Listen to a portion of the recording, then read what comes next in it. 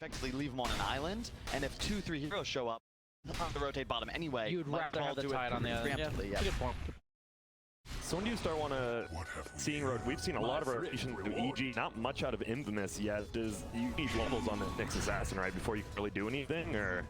Yeah, pretty much. That's the problem, right? This hero, generally speaking, this early is pretty much one of the weakest supports in the game. You do have a spoke up to the top lane just to get the wards, or sorry, the bounty rooms from the Grimstroke. Is he an award that looks like his intent with the smoke? Radiant's middle tower is under attack. It's like, if I see a Nyx, I'm always comfortable taking Jen, because you know you're going to be able to have effectively the same impact. This will be another roll in. They're going to look for Hector, but will they be able to find him again? He's going to pop the rage, just right click, so much damage. Scope.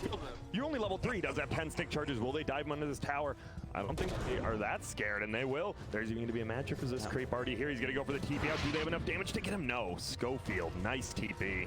They've got to rotate the Huskar out of here, man. Or at least, no, you just got to rotate him out. You cannot bottom tower is under attack. There's too much kill potential. And Radiant structures are fortified. Get her will end up missing. He gets the cake from the ulti, and that's going to be a kill. It looks like he's frozen into place. Right clicks a flying, and Sumail. It's the kill double. Old Hal's already picked up, and dude, the cool 3 seconds. When you get level 7 on this hero, don't go against you ever, right? Like, you just spam it out. This game's pretty much all in the hands of Whisper, to be honest. Like, Kung can make some rotations, both effective as an ability at this stage in the game, but like, your Corsair is pretty much neutral for a long time, because not only is he having a rough laning stage, but he's also against this mid-ancient apparition who is level 6. Oh, 6 minutes into the... Got a TP coming. Kunkka is level 6, so he does have some nukes. Fly will be torrented into the air. They want to get something that should be this Chen plus his creeps. Looks like it will be just right click. It's the kill. A lot of damage being done to Fear, though, with this Harpy Stormcraft. You gotta be careful. He does a decent amount of damage. I like that Chris Luck's the one rotating. He's got to get involved. We've seen him do this all tournament, but of all the games, like... We are throwing the ulti out by AA as well. Here is going to be a 1-for-1. It sure is. Top tower is under attack. Gets a snipe, but Whisper does get the experience and the gold before he goes down. And now, they say, hey, you are feeling he's ramping up. Yep. And I love the itemization from Fly. He's just rushing the mech. Expect as many plus armor items as possible. Name of the game for EG is reduce physical damage and against the Slaughter. And so, we are just seeing 2K currently Evil Venus is going to try to push out. So he's like, I guess I'll have to do it. No one really wants to go here. So you see that first damage. 3-second cooldown, 70 damage. Yep. Pretty good. And another reason I look for it, you actually, if you get ahead in the lane, no one can come against you anymore. It's basically Enchantress, kind of, right? Like, you're just right-clicking people so much damage they can't sustain through it. Pretty much. And this feels like a problem. This lifesteal is kind of sitting alone bottom, and there's actually going to be a smoke, though. They're going to rotate on over. The ward will scout out Gofield, but they're going to go middle instead, possibly. Wait for him to run over himself. Yeah, dude, Sumail's so huge. He's going to rush Midas. I was going to say, is he going Midas? Oh, yeah. Oh. He's at the dream game. Like, you don't need anything on game at this point. You're so far ahead. You might as well just go for one. And what do you probably want? Is it still the 4-staff, probably, after that? I think, maybe not. Honestly, do whatever he wants. I think of him as Lena in this game, honestly. He could just go straight for, like, a ton of plus armor. He could play with the Yules. What about Kaya? Yeah, exactly. He could just go for, like, a ledge build. Oh, we are going to see a roll. Hit one fly over here. It's only level 4. Has some creeps with him. There's going to be Schofield taking a lot of damage as well. We'll stay over here. Boat will underneath. There's going to be a Ravage. Puts on to 2 of them. Fly is going to try to get out. Chris Luck in a little bit of trouble. Doesn't have boat rum right now. There's going to be a roll. Nice. They're stopped by the neutral creeps. Save Chris Luck. Wait, Dyer's top tower is under attack. I got it. And I was going so he just gets run down the entire time. Those killing things are not fun. That's one of the worst feelings when someone just has really cold hands and they just come and like just touch your arm. You're like, oh, middle tower is under attack. Or hit you in the butt. Yeah, as he's running away. This tower, it is going Dyer's down. top tower is under attack. AG's only up by 1k, but I expect him to accelerate pretty fast when you have a hero like Huskar who does not want to be recovered. Radiant's middle tower has fallen. And honestly, just Slardar and Huskar, you cannot play against AA. Like, he needs to die, or you just take way too much damage. He's just running it here right there. Has to pop it. But top lane, as you said, Whisper needs a good game, and he's got levels. He's going for the Midas. You agree with that? Does he have to have that? Yeah, I mean, that's only really a way to play Slardar nowadays. Just like, you can't just rush Blink with the change to Slithering Crush. It's just not powerful enough. You basically become a Blink creep die, like you blink and die every time. They really want to get Sumail. They don't even care about fire. No care. They just almost one shot of the Corsair Haze plus Crystal. And that stuns me off of the scope. There is another ankle. He throws out, but it won't matter. Sumail's going to go down right here. Not rotation from Whisper. Excellent. It looked a bit weird. He's taking tier 2 in vision, but he had a read on it. And I like the build. 1 point stun max bash. You want those extra points in sprint. I see a lot of inexperienced Lardars go 1-4-4. You need the move speed to play Dota, especially if you go for the later plane. It also lets you rotate around the map because it does give you passive now in the river without it being active. Exactly. If you're rushing Blink, you can max stun. However, if you're not, you always get the sprint. Well, Hector does have that armlet. He's just farming up in the jungle right now. Yeah, the river move speed's actually insane. Isn't that based on the Ags, dude? No. It is just the Ags make. Oh wait. It looks like it. No. Oh, no. The scepter just makes it so you get armor and Ooh, Arteezy, he might just go down right here. He's gonna get silenced. What a gank right now. Oh man, he does it again. Silence isn't there, so he can't hop in. That dash is what, 20 damage? 225, yeah. 220, Jesus. That's why you max that skill. Yeah. It's effectively, like, if you're hitting the guy 4 times, it's effectively 55 damage on a hero that is, like, reducing your armor by 10. Dude, Infamous just took the lead. That's insane. It looked like G might just run away with it. They take 2 towers, like, right off the bat. That's exactly what gonna happen. That one rotation just opens up the map entirely, and Whisper, like, despite me saying, like, he had to take this game over, he is doing that more so than I expected. Oh, hang on, gotta be careful. You just saw Huskar TP onto the ward, and AA ult kills him. And remember, no matter what, even if you have detection, you cannot see AA ult if he's off map. It's fun, right? Infamous, they don't have that Raid King, that life story we've talked about Hector playing. Right, all these are rotating around. Hector's just farming the jungle super quickly. He's just moving through 5 camps at once. I mean, that's what you have to do on Huskar at this point. You're not able to hit that threshold at this stage because of how bad your start was, that you can be, like, unkillable fighting them. Especially since you're against an AA. Like, you're actually just walking and dying if you take any participation in team fights right now. He's got to be so careful. If I'm Sumail, I'm just shooting right at him. He's pinging him. Arteezy's like, you got this, Sumail. I believe in you. Coming out quite yet, though. We do see 90 GPM. And looks like something's going on. Whisper is level 10. He's going to try to run away. He does have a teleport. You know, S4 would probably let it rip if he knew exactly where he was, but he doesn't. He's a bit behind on this tide, actually. Yeah, he's level 7. Compared to the 10 of Whisper. Just now, so it's going to be farther behind. Arteezy also has a Midas on the left. See, let's see what he bottom. I'm going. Did it hit? It hit, but I don't think he's dead. He turned the diamond low. It's nice. Like, he wasn't used to farm. It's going to be close, but he should survive. Yeah. Yep. Okay. Thanks. He's like, all right, now I can just farm for free. I was accidentally toggling armlet right when the AA ult hits me, because, like, I will, you know, like, it hits you and then in mid animation of toggling, like mid thought toggling, and you just lose 100 ult. It's pretty rude. Okay, so he X's himself just for the look like D push in the form of chin creeps top. Damn. Schofield beat out the bait there. And they're going to try to push it tap. We've seen a lot of 4 and 5 from EG this game. Well, Huskar's been farming, so that's still the top net.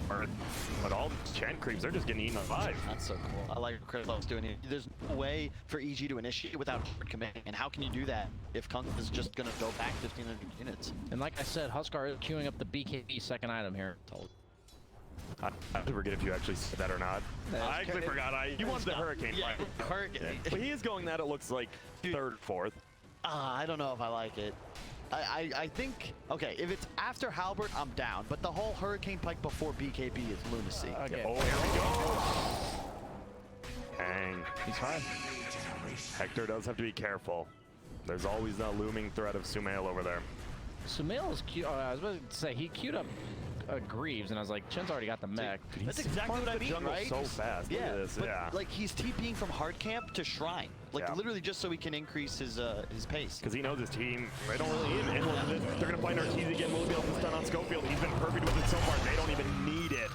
This is just a beat down from the Slardar. He can't play this area of the map with no vision, guys. Like, they got his ward on the shrine, so now he's just playing naked, and that's against, or blind rather, and Nyx just finds him. I think naked was fine.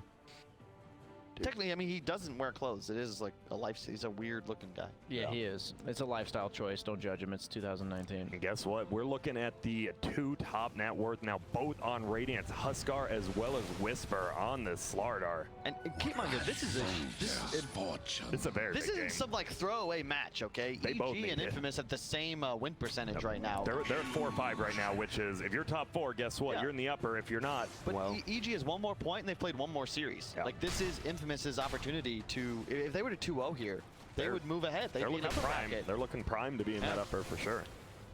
In fact, I would say this is a must-win game for EG under the circumstances. They need at least one out of the series. Yeah. Well, it is for both teams, but you know. So it's a must-win for But both EG's teams. the one that's expected to Exactly. win, right? That's like at least based on previous tournament results. Especially if you guys haven't been watching Infamous, trust me, they have been looking good. We got a cast them yesterday, 2-0 in Fnatic, Took a pretty game off convincingly. LGD. Yep, Took a game off EG. yep. They are very, very good. And he is going for the Radiance on Lifestealer this game.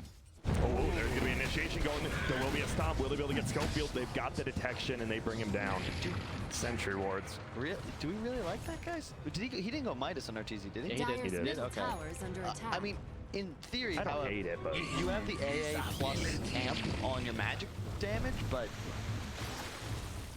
I don't know if I buy that. I feel like they're trying this tower. Oh, that's a fake. Chen creeps just going down again. It's a lot of golden experience. Oh, yeah. You're just giving away bottom lane. Whisper is in this. Yeah. He's gonna go for the solo kill. Can he get it? Is there an open from Arteezy? There is not. Oh my He's just God. right-click him. He's got that move speed as well. The open wounds, it is gonna wear off shortly. Schofield running down here as Got well. TP, EG. He's He's dead, I trying. think. One more hits a bash. There will be, but there's gonna be crit. He has TP'd in. He's gonna throw out his ulti. Schofield is here now. Throws a stun out. Will hit crit. Arteezy is gonna run back in. There's a TP, but it's a long one from Sumail. They're trying to chase on. Arteezy now attacking Schofield. Fly actually dies up top. And they will be able to get Schofield, possibly. He's going to use another boulder. There's going to be the Carapace, but Crit picks up the kill. And that was a one-for-one trade, actually, because Fly ends up going down top and losing all his creeps, honestly. So probably good for Infamous. That's a lot of time Arteezy's not farming, too. Yeah, but it's big for EG as well, Dyer's though, top because tower they're is also under ensuring attack. that there's no other move Dyer's being made in the structures are middle area of the map by Infamous. They need time. Oh my goodness, the Ravage from afar. He throws out the Aegis Smash. Oh my goodness, he pops a BKB and dies instantly. They don't even get the tower yet. Chris Luck, he's getting over the TV, and it looks like he will make it. No one else is here, and look at their ping. That was a Ravage from, that was actually sick. That's why you need a 4-step, Kyle. Would you have got out of that, you think? What? He can't even take himself seriously. BSJ, he's grinning over here. If a teammate had a 4-staff, though. exactly. But the Shadow Blade done on Sumail, by the way. That's- Just first item, Shadow Blade. Okay, explain to me why. Well, Invis is good, Grant. you proc, you can E out of Invis, and it does a ton of damage. And eventually, I guess you get Silver Edge for the Huskar. You don't have any like elusive heroes on your team, That's so true. it is making them have to deal with that Shadow Blade invis and like the threat of like a +1. Like now all of a sudden Earth Spirit's a huge threat on the map because you have the Shadow Blade on AA anytime he's off map. And you've got to assume that you're going to be targeted in every fight by Yeah. Infamous, and it's difficult to itemize to stay alive once they catch you. So you just want to ensure. You literally can't get caught. It's just a difference in philosophy. Like OG, honestly, myself as well. I prioritize like, okay, let's build like raw stats and survivability items. Sumail has always been more flashy, the pioneer, Dyer's like, you know, top the tower Yules is and the under SF. attack. Like he loves to just Dyer's top effectively tower has outplay fallen. his opponents, abuse mobility and positioning versus just raw survivability. So it's just a difference of opinion. You guys know that Whisper just picked up a full BKB, by the way, in a stash. So we've got 2 Number one BKBs net already worth on in the Radiant. Yeah, he is owning, just uses Midas as well. And check out his talents, Grant, because they are incredibly strong. Specifically, Dyer's You like the top health tower regen is or under the- That's a attack. misclick. That's a misclick.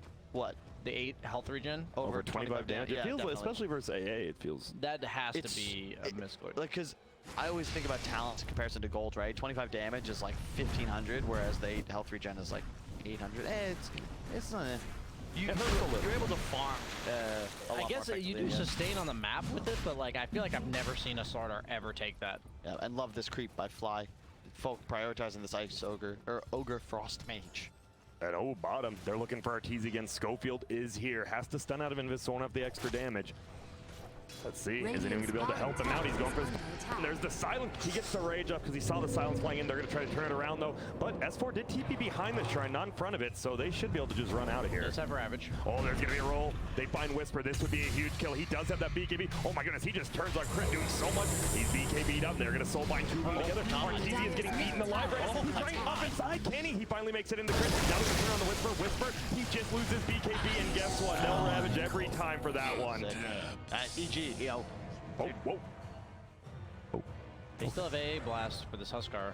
You do. I don't know if you want to fight this Infamous. Without your Slardar, this guy is, he's a big boy. And a lot of that, the no boots mech on fly, I believe Crit has Medallion. No, Tide has it. Tide has it, okay, because they were, and the Vlads. So you've got so much plus armor. Yes, Slardar is doing a ton of damage, Radiant structures but are every fortified. little bit of armor is so Dyer's middle effective. tower They has had Bassi. Do they have casual Bassi on anyone on EG?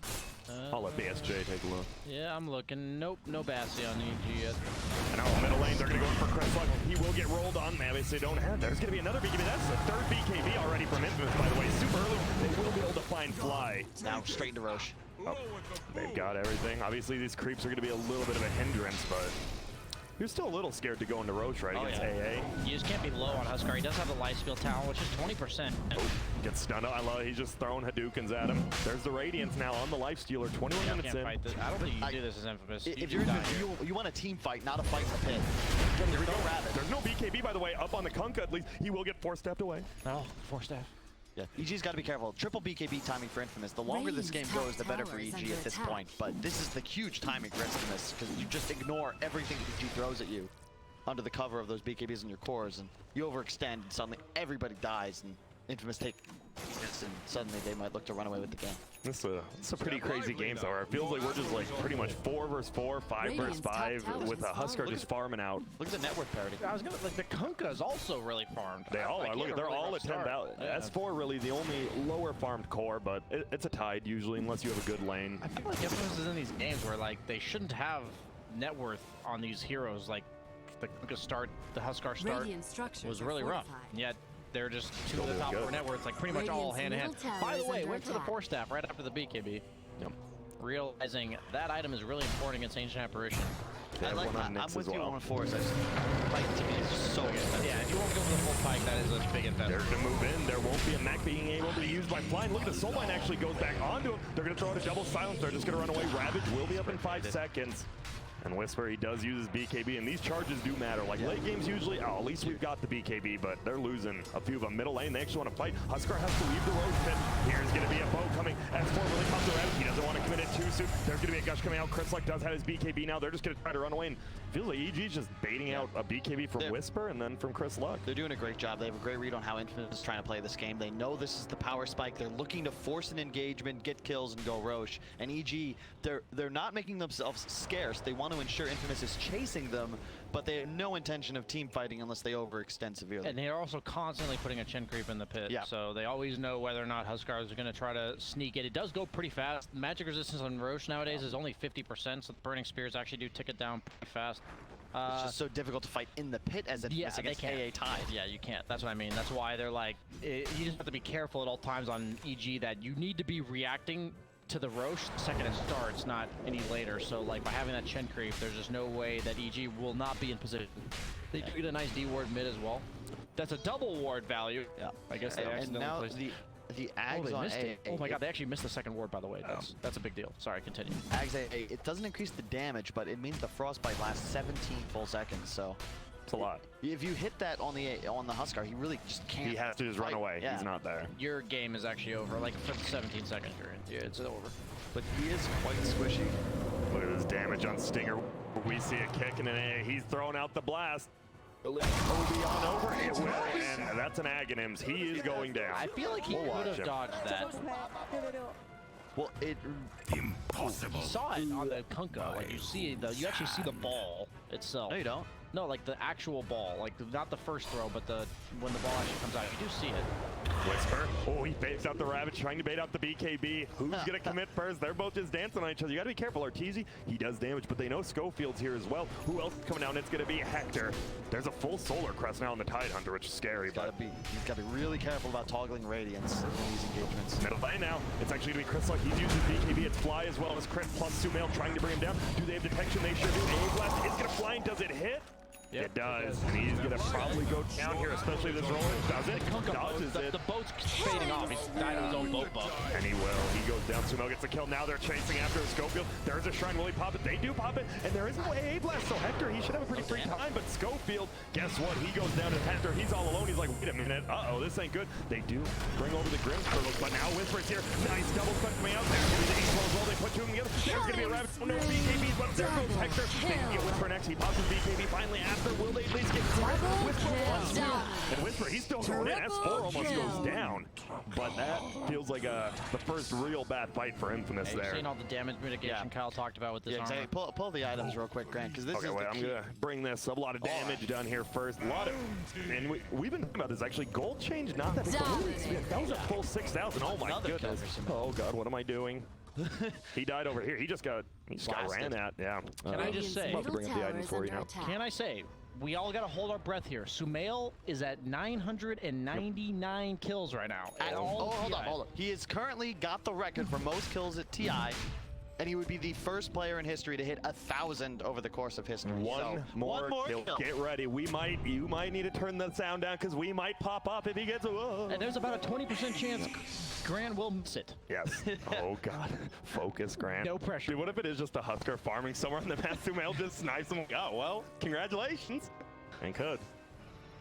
I personally want to see it to be like a triple kill with one blast, you know? That'd be pretty cool. Blast through it, you know? All right, he does take the evasion. We've been seeing a few other life stealers going for the open wounds talent now, but evasion. Huskar does not want to buy MKB, Slardar does not want to buy MKB, and Konga does not want to buy MKB. So all three heroes are annoyed by this evasion. You can feel that because Infamous wasn't able to get the fight they wanted. Like, look at the net worths all of a sudden. EG starting to pull ahead, and this is the danger of going second item BKB on 3 cores. If you can't use them, you all start to fall off, and it neuters your ability to take fights as the game continues, because look at EG's, they have so many stuns, so much AoE magic damage, 5-second BKBs. Like, how does Infamous commit? Like, you need a immediate fight victory, whereas EG, they just want to continue to drag out these engagements until they can counter initiate. And when are we just who needs to make a move right now? I mean, neither team really needs to, but I mean, it feels like Radiant might want to get Roche occasionally. You just got to get a pick up into Roche. But look at this. I guess you can. You're versus a Ravage in 15 seconds plus that AA blast, and they scan it out. They know it's happening. Can they stop it is the question. They're going to try. Huskar is a hero, like, can't really function without this Aegis at some point. They're going to run in. He's going to throw out the open wounds. They're going to look for Chris Luck. He will bring himself back. And neither team, they know. This fight's big. You lose this fight, you lose Roche, and you lose everything. They're going to roll on forward. But Hector, he has his own 4-staff, makes it out of there. But he's so low damage right now on this Huskar. Just like no phase, just the brown boots, and no real damage. Oh, he's going to jump in. Will they find Hector? They're going to try to BKB, won't have it yet. Here comes the A-Blast flying in. It's not anyone. It does actually end up hitting Whisper. They're going to jump forward. Arteezy could be in a little bit trouble. He's already used his ulti. There's going to be a soul bind on the backside. They're just trying to throw as much damage as they can. Arteezy wants their noise. Bolt will hit on the multiple level. Fly is taking it down. Arteezy might be the first one down. Not quite yet. Fly actually goes down. Now they jump forward. Nice. Raptors coming out. Won't be enough to Arteezy still up. So L does get that 1,000 kills, but he gets a double as well. They roll on forward, and EG, they almost team wipe him 2 5x from the Nyx and the Grimstroke. And Sumail hits 1,000 kills in the history of TI. First player to do so. Congratulations to the young superstar. Not so young anymore, I suppose. Dude, what a fight, though. It looked like Arteezy actually got interrupted. He couldn't get on his rage. He gets stunned in the middle of it. But then all these BKBs. And what a shout out. S4, he's been so patient this game, as you guys talked about. Like, this Ravage means so much. They're going to try to go, and they need to be careful. S4. EG, they don't need Roche. They just need to make sure that they don't allow Infamous to get Roche. Because to your point, BSJ, if you want to win this game, you need Huskar to have an Aegis. We see the fight right here again. And you actually see Tide was silenced by the Grimstroke's Phantom like until the very last moment. And you're talking about the problem with damage on the Huskar. And you see it here. He's amped and he's still hitting for barely any. But yeah, he's been silenced this whole time, gets stunned by the boat, and the silence doesn't get purged by Kraken Shell. So you're just sitting there, gets the Ravage off, right, like you said. very last moment. And that, like the Solar Crest Vlads, makes the difference there. Yep. Arteezy living on a sliver of health for the entire duration of that fight. Dude, I didn't realize if you ulti on Huskar and you do get ravaged, like it just didn't hit, you just get stunned in midair. It doesn't even do the damage. Yeah, the one thing I will say is, what was I thinking? Well, I was going to mention, you have to be careful as Arteezy when you infest to initiate. Yeah, that's what I was thinking. Yeah, because you can see there, he had preemptively Carafist, and there's no way as Lifestealer to like hop out, because the Radiance tick happens immediately, right? It's and the then, infest tick that gets you. Oh yeah, exactly. The infest damage actually procs on Carapace. Yes. You take a ton of self damage, and then all of a sudden you're obviously stunned in the middle of the map. Yeah, it's really annoying to play against Nick. Like even if you are invested in somebody, like even if you're playing right click Lifestealer, because you have to be very careful. Like you said, like if you mix that up, and right there he kind of did mess it up, but his team was with him, behind him, like ready to back him up. So. You kind of want to turn Radiance off when you infest, but it's counterintuitive, right? Yeah. Why you buy it? It's really annoying, right? Like, it's just not fun. But at the same time, you do scale way harder on Radiance Lifestealer than you do on the right click. So that means that's like, with this item build that he's going, he is really their only late gamer. Like, Sumail's kind of like an anti-carry in this game. Like, he makes it really hard for the rest. Scale so hard. Look at his talents. But I'm saying he doesn't carry the game. He, like, makes the other team not carry the game. I want that level 25, yeah, both of them are insane, but the AoE cold feet is like absolutely absurd, especially against all these melee. Is it viable to go the Ice Blast threshold against a hero like Huskar? Yes. Is that a thing? But I don't know, man. The cold feet is pretty insane. And 7-second cooldown. Look at the W now gives plus 80% magic damage as well, because of the talent. Yeah, that's a lot. That's a lot. That is indeed a lot. Yeah, and when you have an Earth Spirit, you have Spirit Vessel, you've got Lifestealer, tons of AoE magic damage. So it is a 5K lead for EG. Chris Luck, we see him. He's going for that dataless. Huskar on the other side of things going for that Assault Kyrus now. Doesn't even finish it out. He just puts the Ogrex away. He's like, I'm not getting you. Sorry. I will say though, Huskar goes late game a lot better than I think people give him credit for. And especially, again, the level 25 talent, Burning Spear's pure damage. That's a ton of damage. The crap. I think you can be a little cautious on EG. You've played great so far, but I want to see them steadily start to put a little more gas into this game, because just sitting back and farming, I'm not comfortable with that if I'm an EG fan. Do you just want to go whenever Ravage is up, kind of go, or? I would just see them like get aggressive on the map, like fight around objectives, and it looks like that's exactly what they're going to do now that they have the BKB on the Tidehunter, because you are stronger. You will win a fight at this moment. This question for Kyle without looking: how many nice. How many auras does Infamous have amongst the 5 heroes? I'm going to go with the 0. They have literally 0. Look at all their heroes. The difference maker, like they are building AC on the Huskar. You have AC on the Lifestealer, you have Vlads, you have the mech in the is it the group? No, it is the mech though. And you have the Spirit Vessel that's, even though it's not like an aura, it's like it makes it harder for somebody to play the game. There's so many more team items. It's huge advantage at this point. Like just Vlad's AC is 14 armor shift in a fight. Like that's insane. Not counting Solar Crest, the Chen heal, exactly. There's just so much innate sustain on this EG lineup thanks to these builds. I'm not a huge fan of the Slardar build, by the way. He went for the Echo Saber, which is like, you just have 3 carries now, which I don't like. Here we go. There's going to be a big hit going on. Stinger's actually going to force him downhill. So Crit, we'll see him. Rokan has gone down 1. There's going to be a Mo. He's going to he's still jump forward. Arteezy does get it here for the game. Last him going to Whisper. He's going to go down immediately, blown up. And I mean, you had to do something there, and they jumped, but looked like about a half second too late. I've played a lot of Slardar in my life. AA is such an impossible matchup. Do they have detection? Sure do. There's the dust. Ewell's into the air as well. He'll get frozen, and then he's going to right-click him on down. There's another roll. Right-click into it. Shield doesn't purge cold feet, huh? That's interesting. It was Wheels. Oh, it was Wheels. Oh, okay. I was confused about that for a second. And now this one is scary. Gold lead actually went down for because they were farming the map, but you've got an Aegis, and Arteezy, he just okay. He's like, I got the Aegis, I have God mode right now. Instantly hitting the tier 3. You just don't have damage on Infamous anymore to kill this Lifestealer. Middle tower is under attack. You have the evasion talent too, so 48 armor with the Solar Crest. Yeah. That's a lot. 50% evasion. Chris Luck. He's trying now, they were 4, but here. That's a 4-step. You need a Huskar MQB, but he's just got honestly too many utility items. Like when you have to go BKB and Halberd, like you at peak timing, it's near 35 minutes into the game, he's yet to finish a true damage item. They were thinking, they're like, do we Radiant's finish this? middle I barracks guess. have fallen. They'll run back in. That's a full set of racks down. You still have the Aegis as well on Lifestealer, who's getting close to level 25. And what do we got? Anything big that could just like shift this game around right now? Slaughters, you talked about has to get the MKB even though it doesn't feel great. You just need damage. Yeah, everyone needs MKB if you want to do damage on Infamous. Another huge item coming out from Mercier when he gets it is the Pulse Orb against Slardar specifically. Like, it's just an armor item, and it's another item that makes it harder to kill targets in general. Like, whoever you focus, they're gonna be like, they're gonna remove the you're not gonna be able to use any direct target abilities on them. It's just super annoying. I like what EG's doing here. They're gonna kill tower, kill bottom shrine. I expected maybe a round of items they'll pick up. They can just hold that ground once again. They are in an incredibly strong position. Yeah, but you talked about you didn't want to slow down. Guess what? They take one fight and now they have a full racks. They just smoked up and did the thing. I don't think Pro Dota works when you have 3 heroes build with right-click damage. Like, that's what Infamous has. Like, you'd much rather have, like, mixed damage, like, you have the Lifestealer plus AA, and then you have a bunch of auras. I don't mind the, I just think you need somebody to be more selfless, right? Somebody's got to build the team. You have all this physical, you need a Vlad, you need an AC, and obviously the Huskar has. He's the one I think you want to have itemizing full true right click, and he's not the only team player that possess. You have a Lifestealer Huskar. Oh, get silent so he can't X himself back. There will be a duel. Here comes the AG platter. We're going to end up hitting S4, gets the kill though. And it's going to try to bring down this tower. There will be a buy. This could last fight. Slime's just going to go out. They force them over, trying to get him connected to S4, but he's here. He does not. You see them. He's going to take him in. He's enough. Just for a player. He'll have to get hit as well. Play after right play here. Comes around. It's only end up hitting, but it is the slaughter of the ring.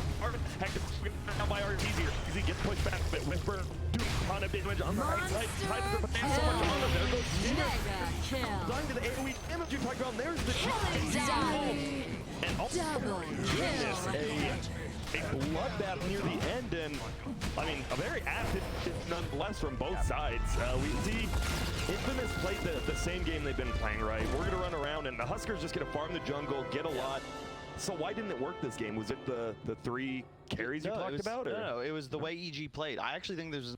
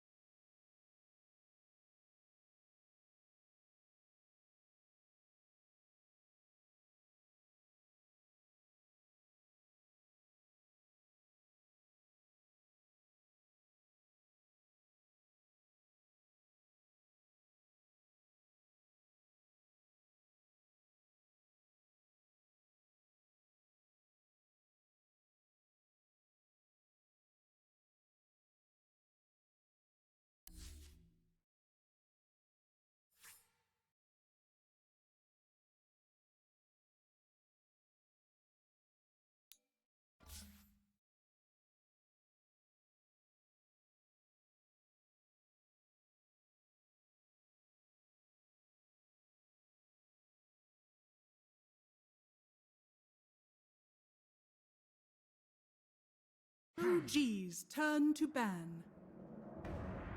Up for a set last track, so something like that. That's actually some type of setup. You never like having last track just having to land flat stuns. It's way too difficult.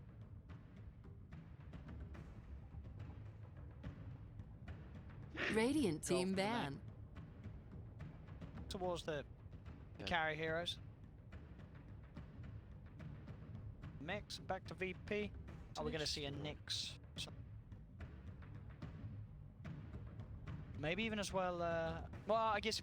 Are you worried about a lifesteal if you're playing a Corsair, or because you have the Omni Knight, you're not really picked up? Or... Maybe actually that could be. 10 That could definitely be a remaining. possibility. Yeah, we've seen that one.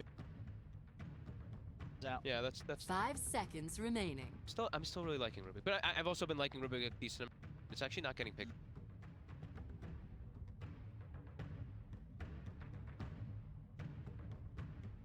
So you're gonna be cores, the supports. Yeah, that's pretty much. Rubik, what Lifesteal, and Nyx Assassin. I think the really big jump three. Out.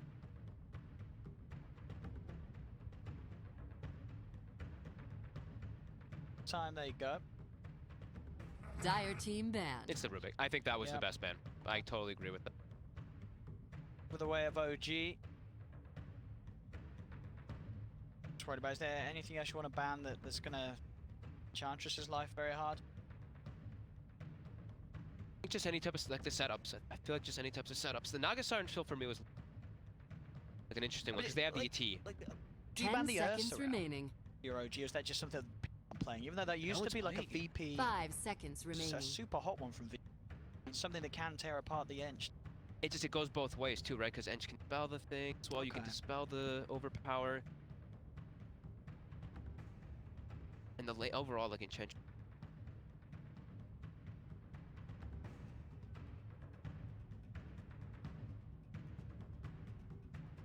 The Lesh is safe lane. Threat of Alina. Tested with some of these lineups and something that the sort of squishy mid. I'm wondering what the Jerax hero could. I know they still really like their Treant. Really solid on OG. I don't know if they want to have the double melee. So that's why I'm thinking more these ranged support heroes for Jerax. Even though we did see double melee supports win last game. Dire team pick. They ban out that, so it could be. Ban Lifestealer themselves. Do they want the Nyx Assassin then? Lifestealer that destroys both Ench and yeah, and Elder Titan. ETU hates playing versus down. That also makes me feel like Jerax could be wanting that Nyx Assassin does nothing. I mean, it certainly seems good, and they've done everything to 10 telegraph that, seconds this remaining. Slash is going to be in 2 or the 1 position, so having a hard counter 5 to it like the seconds Nyx. remaining. It just might be too early, because then if they do that, maybe you switch to Flesh to support, but... Oh!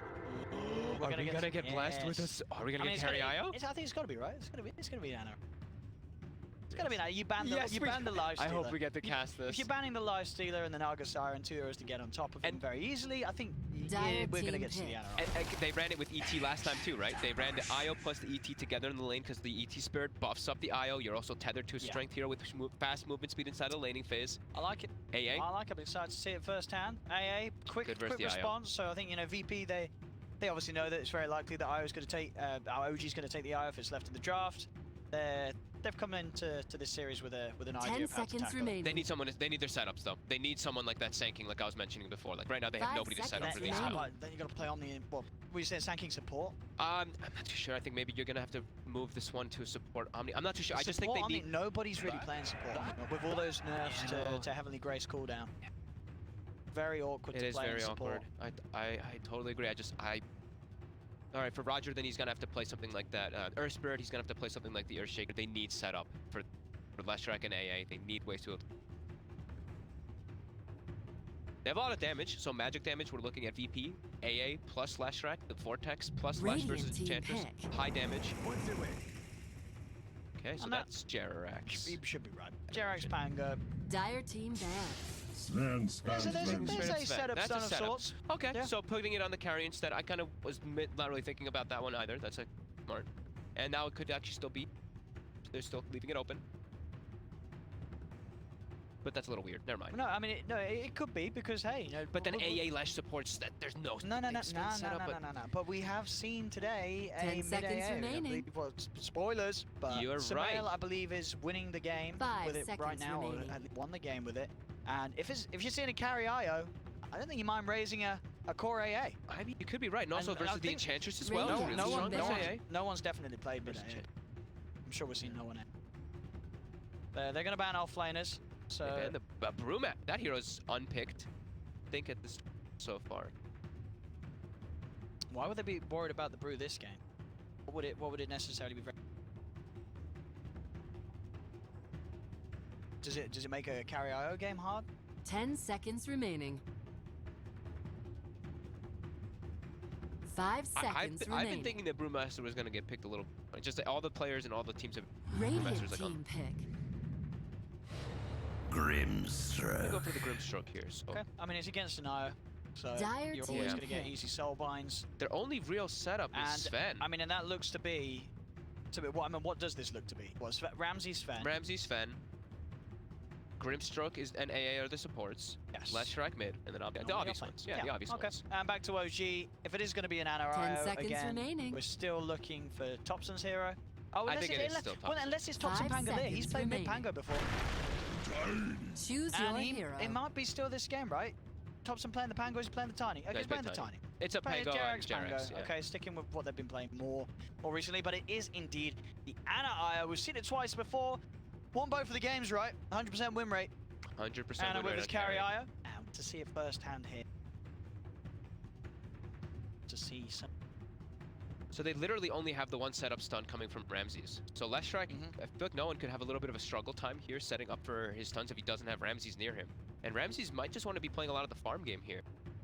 I mean, I don't know how to judge the carry IO. After seeing yesterday, they were 8k gold behind both games. And they made he got those Dominator, comebacks. he got the Aghanims, and the game completely turned around, and it's the same thing. They have the Elder Titan, which buffs up the spirit damage as well, which makes it do just an absurd amount of damage inside the team fights. So looking at VP, I think it's just like BKB timing. Your Sven gets super buffed, he jumps onto this IO and just kills him. So I think they're gonna have to be playing a bit of a space-making game with the other four, while Sven just gets the farm game. Very excited I to love see this Dota. go down. Let's see. Can Ana do it yet again? So now that I have questions, so Yes. because we're gonna be going toward, we'll start about the early game where your IO is gonna go for the Dominator plus the Aghanims, right? Now we're gonna go toward the later stages. How does this hero work when you attack tethered allied targets with Pangolier and stuff? How does this ability work? There's no way that would. I don't think that would do What anything. about with if Tree you Volley? swashbuckle? Tree volley Doesn't count as attacks. I don't think it counts. So as okay, attacks, so right? those I two. don't think that So would this do time anything. around, Well, we'll see. Maybe. I think it might work with Pango. Well, you think you just Because Pangolier in it is ready? attacks. So Pangolier, if you have Searing Arrows in ability draft, you proc Searing Arrows on and Impetus on every single of one of your things, on one of your attacks. If So I'm that's feeling the it might work case, with the IO. You might be right. Swashbuckle and So what about- tether attacks? When you have allies get. what if you have an Ag on Pangolier and Yeah. you're tethered? Do you shoot out attacks all over the place? No, if because some of those attacks don't hit anything, right? But what if they do? Are you just shooting like crazy all over? Someone is We're gonna have to gonna update us with find that. out. We're That's- gonna find out. Hopefully we'll find You see, out because that's level obviously- 25. Obviously, as professionals, we know the answer, and we've seen it a million times before. We just want to keep you viewers on the edge of your seat so you get rewarded with the surprise once the level 25 comes out. The only reason I'm throwing these out there is because the way that OG drafted their games yesterday with the carry IO, They it had was about that it. They had a steroid. They had the Wind Ranger in the mid lane, then they had the Troll Warlord. They had this hero that he could tether with, so that when he hits 25, he's able to go absolutely crazy. So I'm throwing some stuff out there. I could be completely wrong, but I'm hopeful to see that if it works with And- Swashbuckle, I'm super excited Of if course, he gets 25. I was gonna say he does have It's to get 25, He yes. does have to get, which he did. What? Was it in both of the games? No, the second game he did not He hit did not 25. get 25. It does take quite a bit of time to get to that level. Or maybe he got it like right at the last second, but yeah. Sure. Aggressive tri-lane, aggressive quad lane actually here positioned by VP to put the pressure on right away.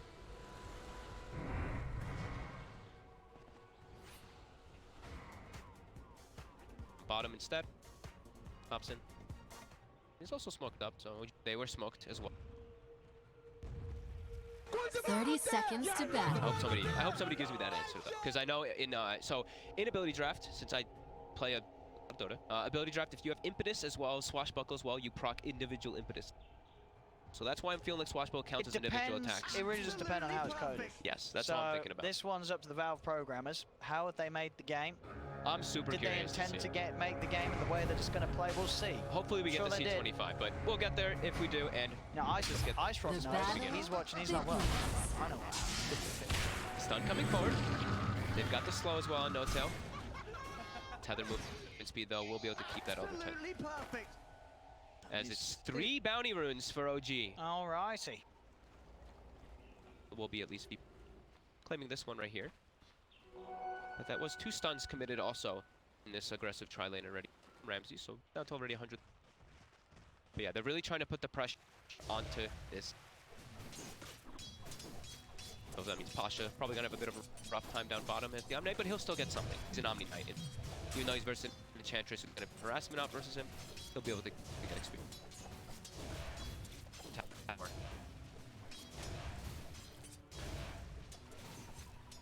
And which lane do you think is suffering the most? Who's still being who's dropping short straw? I'd imagine that it's the top lane that has to suffer for OG. They're versus an aggro tri-lane that's pretty damn strong.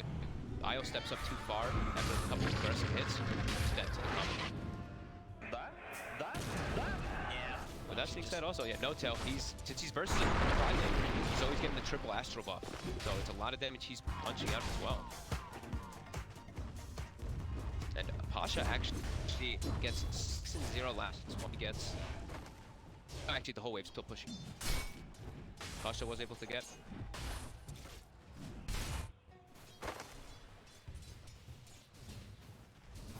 And then Pasha should be alright on his own. 6-2. Don't have any issues. I think he'll be okay. Like, he's gonna be able to force this move. Once the level starts up each, these 3 lanes right now for VP set up very nicely. They're farming across the board, and they are putting pressure. Only 3 left.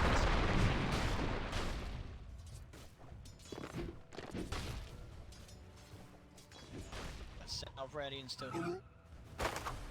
Tiny, doing tiny things, of course. The mid lane, rarely heroes that he doesn't do bad versus. Still the same kind of thing. Tiny's over the last like year. Tempted from round 2. Going with the First extra. blood. That'll do it. First blood for VP. Yeah, They're able to get in and on top of Io. As you say, this is the lane where which is going to struggle the most. Pasha now getting beat a bit here. Derek's is able to get the procs. It's actually a pretty far for Pasha to do that. Epsilon's claim it too.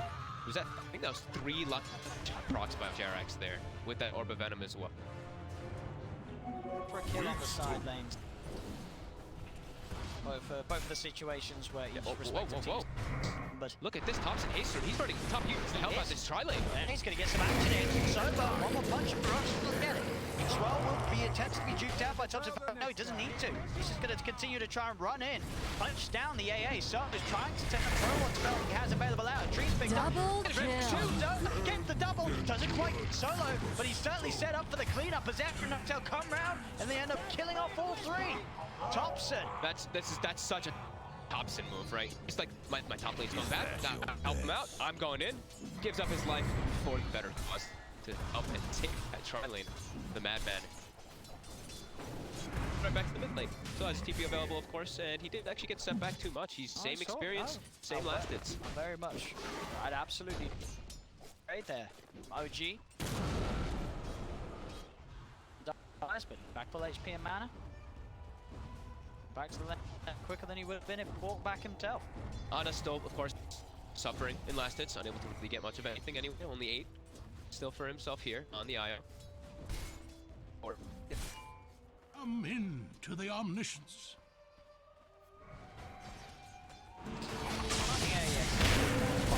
Still continue out farm set top left. Farming attention from Notel and Adam with the help of Jerax's rotation, and it will get them the kill on Roger. OG continuing to sort of pause towards that top lane and strengthening. Thompson toss back underneath the tower, knocking him off as well, getting those tower hits in. Thompson quite the damage to finish off very far out. Vulture, but this he's got another top. He's safe. diving. Okay. In for that. Attend us. Quite the case. They're giving out a TP mid now with Roger. Refill the bottle so no one can keep inside a leg instead of having to go back. So he'll at least stay as that slash in mid versus Thompson's getting forward. He wants to go for the kill. Is it? Combo? Is it enough damage? It is. He just walks up and takes the life of Kotion in that solo kill. He puts the loser down. I mean, that's a 1v1 heads-up kill from Thompson. He did the math. Continuing to make the plays from mid lane to top lane. He's involved in 4 kills before the 5-minute mark. Now top also, Derek's still going to commit forward on these cameras. Jared gets the damage. Die for it. See if they can find the trade. They have corner Ramsey's popping the stick to get away though. Anna and No-Tail will be able to find him. George killing off Radiant's VP top position tower 1. is under attack. They're getting trade kills all over the place. A damn good start here. For VP, still looking very good inside these last hits. You see Pasha is free farming down bottom. Lesh, no one's still having a good time in mid, but he's gonna have to tank up. I think by the bracer, by green. That's like the key things you're always gonna do versus a Tiny. As Thompson is looking to just focus pressure. So that, yeah, Thompson has. There's no way that Thompson out of the lane. Stand his ground. CS. To move towards top once again. Solo. I mean, Ramsey has 28 last hit, but his farm is pretty poor. Because he just died twice. And he's had to just kind of commit to help out his team a lot in this aggressive tri-lane. He's not doing so good. Both sides look. Oh no, look what he's got again, Thompson. Gets another haste route. Oh my god. The second haste route in this game, and that's allowed to get by the try. Rope does sail up now. Backtrack for Jamal will be able to break coffee, but inside. Continuing his case with that haste route, will be able to run down solo. And Roger too, he's going to continue chasing through. So he has another avalanche in 3 seconds. A toss to Roger. And we'll give him some mercy instead of diving and maybe dying. Dire's middle tower is under attack. They're still pinging top one. Ramsey steps back into the stop, and there's a rotation. We see Thompson for Heading over, on to Ramsey to get the toss in the avalanche. Thompson, he's got his both of them. He's going to be able to get them. The setup again from this siding. Thompson popping up. And they're Radiant's no top tips tower is no under one. 'Cause attack. he's just like, no one's just sitting in the mid lane passively while Thompson's just running around making all the space in the world. This is the point. Double And he's got kill. as well. Thompson, he's killing everybody. He's gotten 2 best running in for himself as well. Dire's middle tower is under attack. Oh my god, This is the Thompson. point where if you're VP, you're pinging mid. You're like, Radiant's mid top is tower ganking is and under destroying. attack. We need help. But I he Radiant's can't top do what tower Thompson's is doing for fallen. sure. But it's got to be frustrating for VP to just see Thompson have this freedom to run up and down from up lane to mid lane, causing absolute havoc. They're just continuously running at them. No, look at this. They already have the Dominator now finished. He's starting to get they're not. This tri lane is absolutely over on the top lane. This game's starting to feel pretty damn over. He's level 4. He's got 2,400 net to the 3,200 of the dual lane IO that they had up top. OG just running rampant. Oh, VP right now 12-3. Oh my god.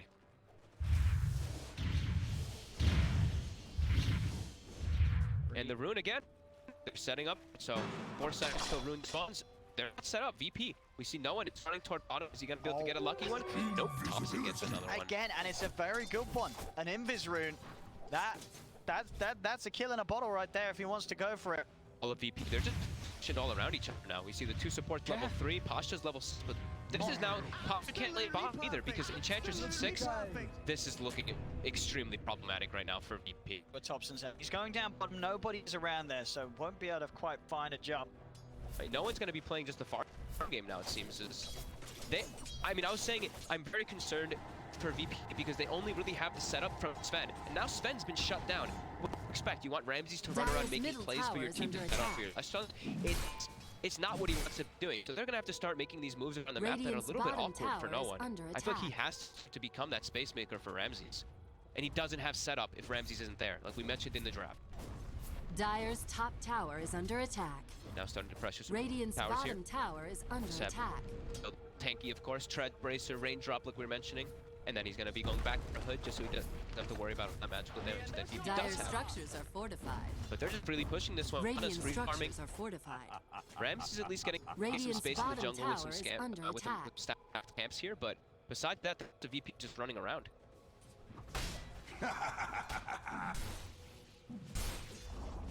Radiant's bottom tower has fallen. first 10 minutes of play. Yeah. But win. It's scary for Noah, like I was mentioning. He's got the brace fit up, so he's a little bit tankier, but they have so much burst damage. That's why they picked up the timing. They saw the lash, like this lash is gonna be core. We know how squeaky this hero can be, and that's why they wanted this hero. I stand for the light. She supports as well. Dire's AA top tower is under attack. Thompson. Up towards the top lane. These many runes spawn. Look at 3. But Jesus continue to grow that lead. We have homes come down here, but the supports of VP both level 3, like we were meant. They are very far away from those level 6s that they kind of need.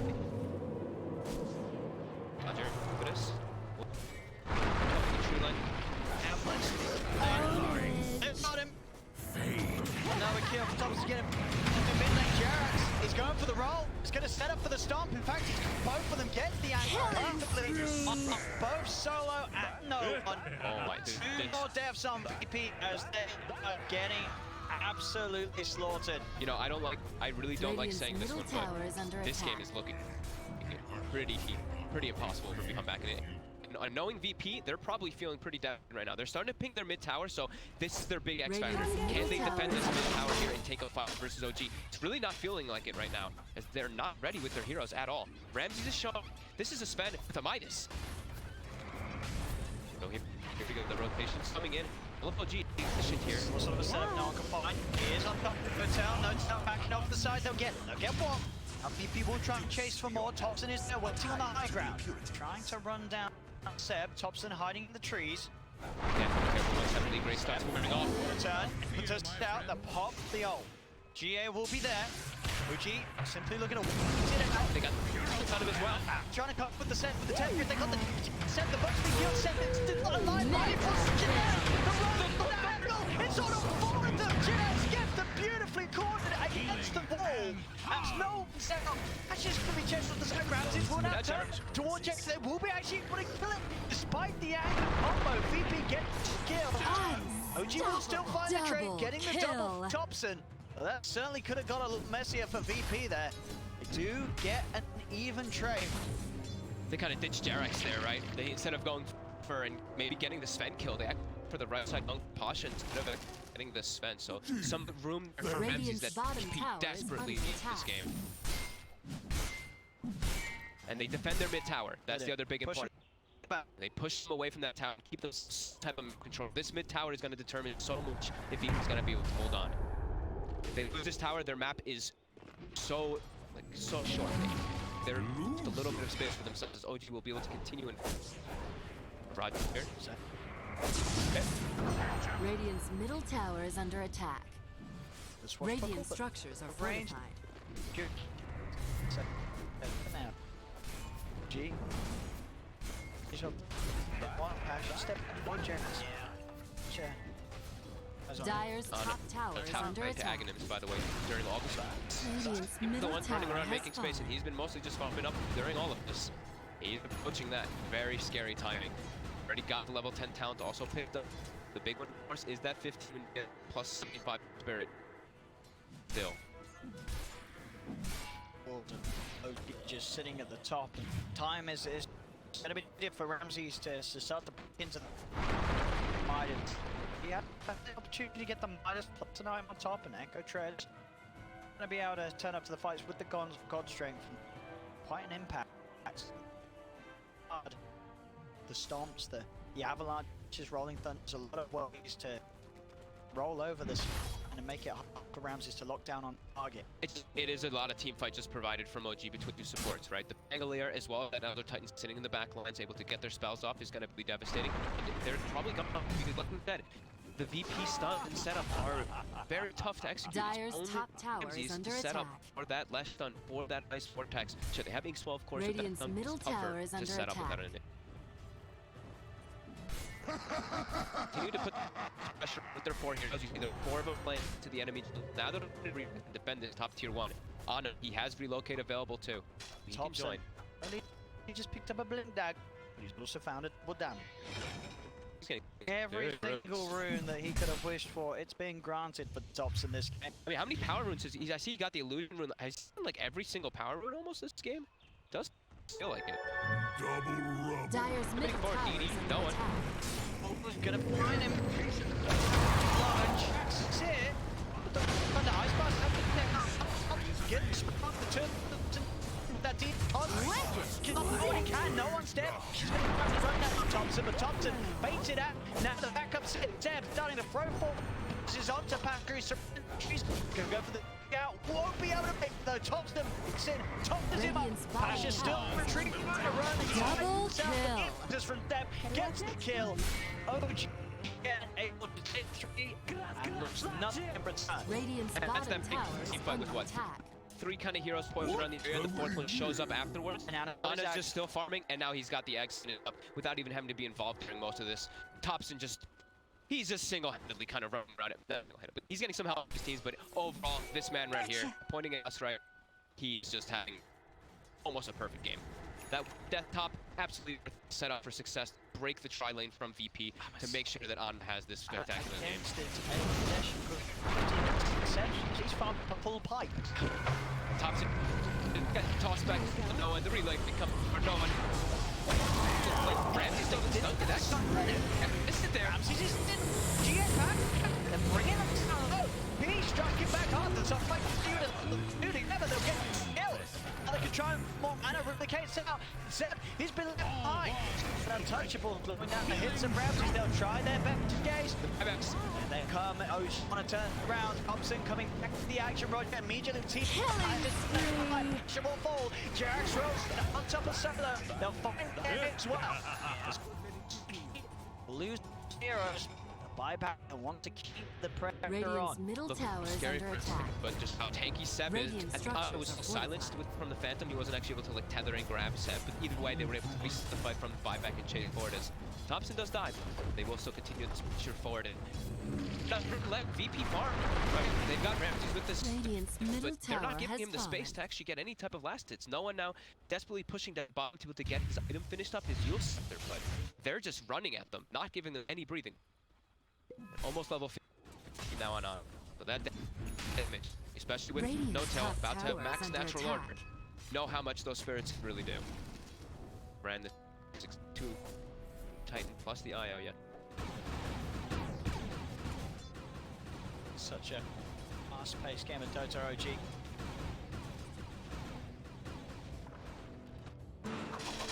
Ramsey's just trying to find any type of farm here. He's killing the Dominator and Creep. Will they finish it off? He gets 200 gold at least from that.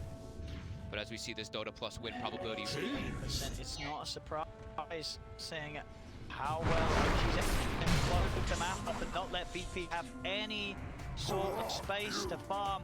another haste, another power rune. It's every single time he gets every single rune, especially now. Have all the map control, so you kind of expect it. Tops to just. And he always gets a kill at the minimum with it. Yeah. Just to make something happen. No mercy as VP 17 in, all 4 heroes positioned around each other, coming together. Deep wards already placed by OG, and then there's that 15. So, on his damage in these fights is going to. Radiant's top tower is under attack. As they wish. VP turn up, try and hold. Radiant's top tower is falling. They see no one. Jarek's already set up. And that's it. an Easy win. set up in combo. Yours himself. Killing There's no spree. getting out of this for no one. As any team spotted out, Ana more than ready to counter that solo push-out play with the relocate.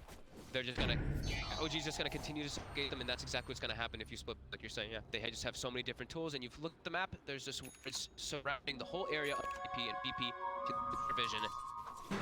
They don't have. Radiant's bottom tower is More under information. attack. They can't even walk outside. He's gone for here. He's gone for the Echo Saber, so he's got that at least for his damage. But even walking in, there's ways to control. If he doesn't have KB in this game, they have he stops the Radiant's angle, bottom disarms, tower is what's under coming out. attack. Everybody on OG, and OG now already setting up the motion. P, and they make happen. Running toward this pit, but this is tough to fight.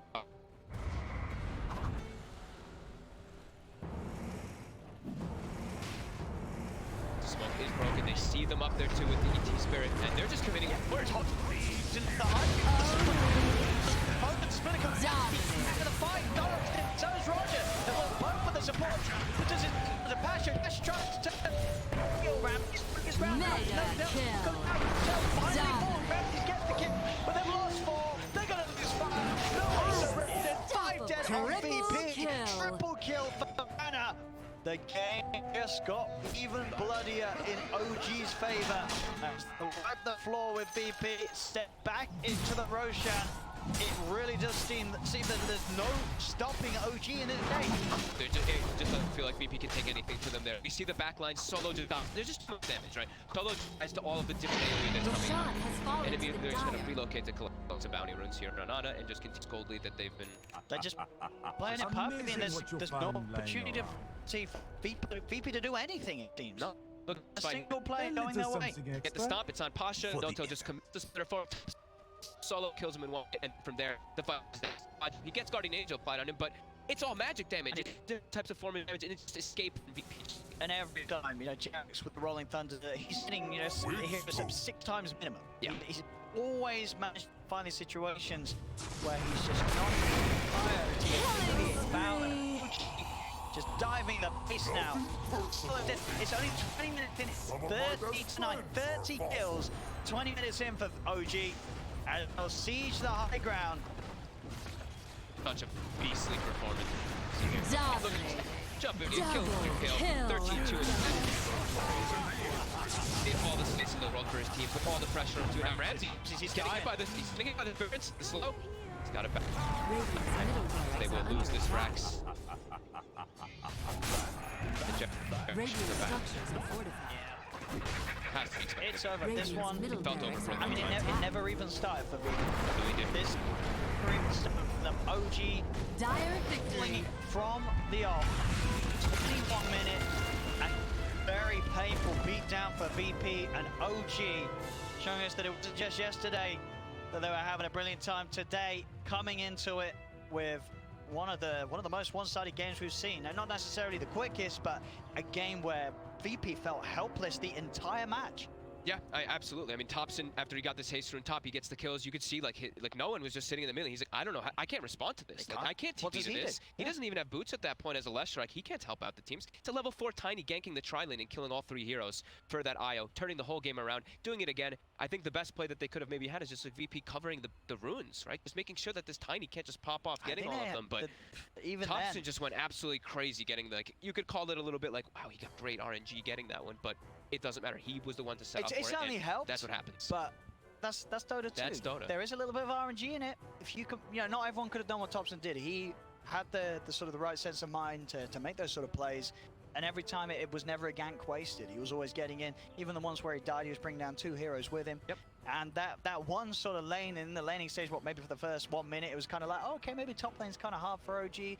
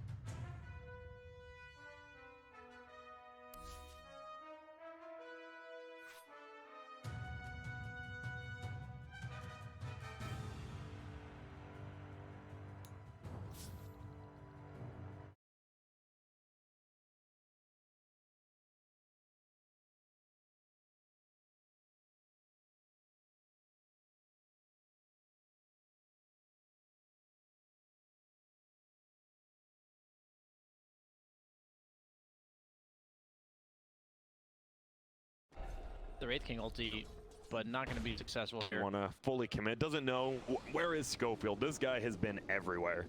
He does only have 1 point in the crit on Phantom so far, so not going to have enough skeletons to jungle really efficiently. Had to level his stun to 3 for the lane, but he is going to go back for max crit now. We got 3 heroes run up top. S4 needs to be a little bit careful. Will just stun away. They have a lot of ways to kill this Sand King. Kind of interesting that he picked it here. Was that a 3rd pick Slardar or a 4th? 3rd pick. It was 3rd pick. yes. So they did pick the Sand King into the Slardar. Crit. We'll avoid the Torrents. This is going to be runes coming up. 2 top going separately. Over on this side, Arteezy. He's going to look for Stinger because Stinger actually stole it from him.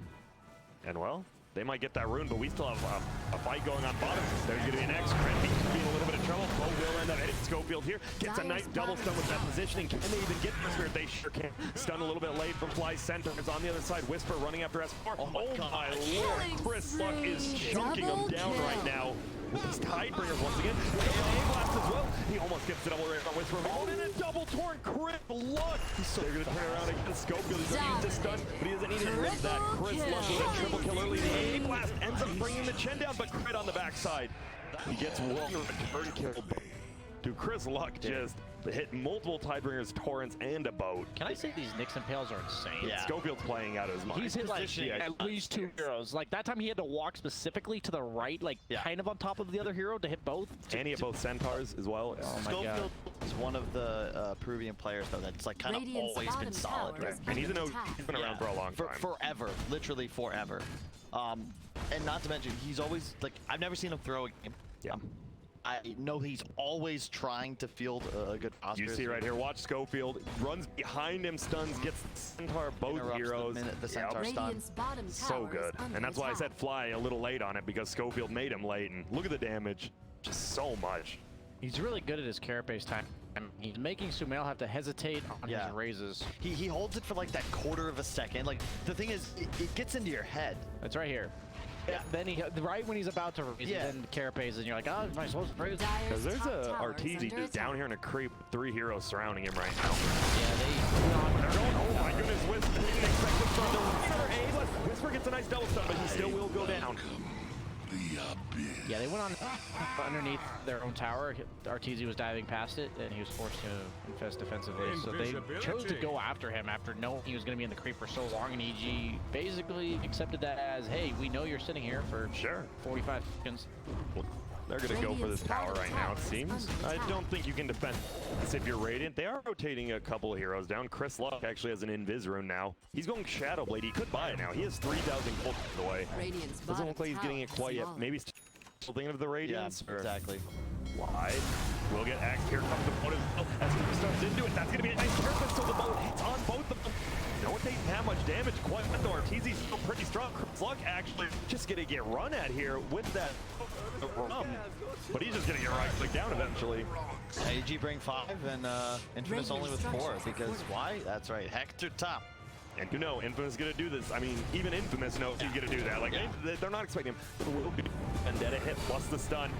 Carapace won't hit him to anything. Fred will slow down a little bit, but Schofield goes down, and now EG, they are upping their tempo right now. We talked about literally by the book what we discussed yesterday. Dealing with Infamous, specifically Hector. You pressure him in the laning phase, slow down his item progression, and then you ignore him and you start just taking over the map and punishing the other 4 heroes that want to fight you, that kind of have to get involved so that they can defend their area of the map and objectives, but it's 4 on 5. EG are 5, they're going to consistently win these fights. He just TP'd from hard camp top to his own shrine top. As you said, it's efficient. The little things. And the thing is, as long as your team knows that, right? You probably should never try this in a pub game, because your team will hate you forever. Yeah. But if your team knows what you're doing, then you're good. Can he do this? Yeah, he can, as long as you kill the big one first. Skeletons are insane, man. Yeah. Lots of damage. We do see a Midas coming out on Whisper as well, so they've got these gold. I mean, Chris Luck's still in first place in the net worth with Hector right there behind him. They are technically down gold, but it's very, very even. I love just watching him clear these. Corsair will help. Halbert coming out. You were talking about potentially going Radiance, and that's definitely not happening when you got Hector on your team. That's true. That's a good point. Should have thought of that. BSJ, you gotta chime in there. You're on Hector duty, you know that. I heard you talking about somebody else going Radiance, and I was just watching the Wraith King jungle, and I was... it like was in the backyard, like, wait a minute. 2 minutes later, wait a minute. I heard Radiance. Snap out of it. I like it just because they have now some form of damage mitigation. Last game, Infamous, pretty full aggro. This time, I want to see the AC Kunkka so that the Wraith King can go Mjolnir or something else instead. Maybe even just the Abyssal. It allows for the Wraith King to skip that item, and even though it's a nice item for Wraith King, Kunkka, what else are you really going to build? I don't think you want to go like this crit Kunkka build. To go for the rune, looks... but he's going to roll it. Nice job by Stinger. And he's going to go on him, though. Has the urn, has another roll, just going to hit him. Here comes to steal the kill. No, raise and a right click. He's already got 1,000. Give it to him, crit. Smell. They actually just got this more standard SF build. Treads, drones, BKB. Top tower is under attack. I just realized how farmed everyone is in like both these last games. Just every core is getting farms, and on both teams, like all 6 cores, it feels like. This is the There's going to be a stun. Here we go. There's going to be. It will hit up to 4 of them. The Chris, he's on. He's trying to take out there. Oh my goodness! In the middle of 4 of them. What? Look, I'm telling you, man, these guys can play. Infamous, they can play some Dota 2, folks. Individual skill is kind of off the charts right now. It's like playing to to make you look bad too, right? But they have discipline that traditionally South America is the region. They're going for this tower. There's going to be a heal coming in. Shen gets hit now. Whisper almost one-shot him with that corrosive haze. They do end up beating the tower, and I'm sure Fly's like worth it. He went BKB for, I like him to get the blink this time because it really felt like, they had all those BKBs, but they couldn't force the fights. Whereas now, you're going to have this Blink Slardar playing Vision Mix. Crazy high follow-up from the Kunkka. You have a Radiance on the Wraith King pretty soon. You're going to have a hell of a power spike once Hector's online, ready to rock and roll. As you said, Radiance for both. There's going to be Lifesteal and the Wraith King, but the Wraith King is 1,000 gold ahead towards that Radiance.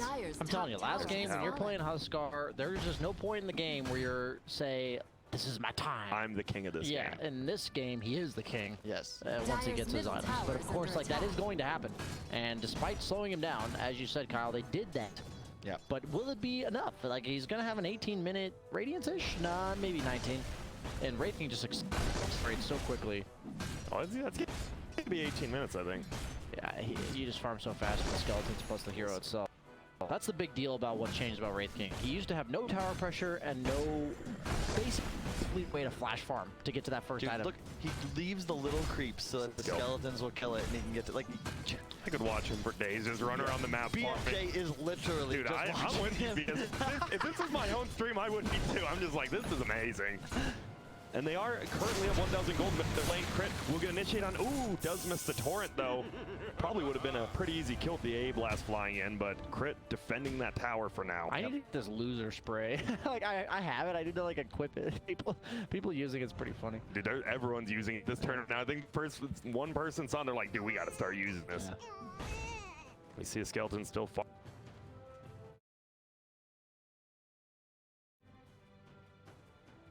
यहाँ पे हम लोग बैठे हैं बकचोदी खेलने के लिए। अब तक नहीं खेला था because I was busy in something और वॉरियर भी सो रहा था, तो अभी वॉरियर रूट गया है और मेरा भी काम खत्म हो गया। तो यहाँ पे EG वर्सेस आई का गेम चल रहा है, but we are not looking for it. We are looking for OG versus कौन सा टीम था?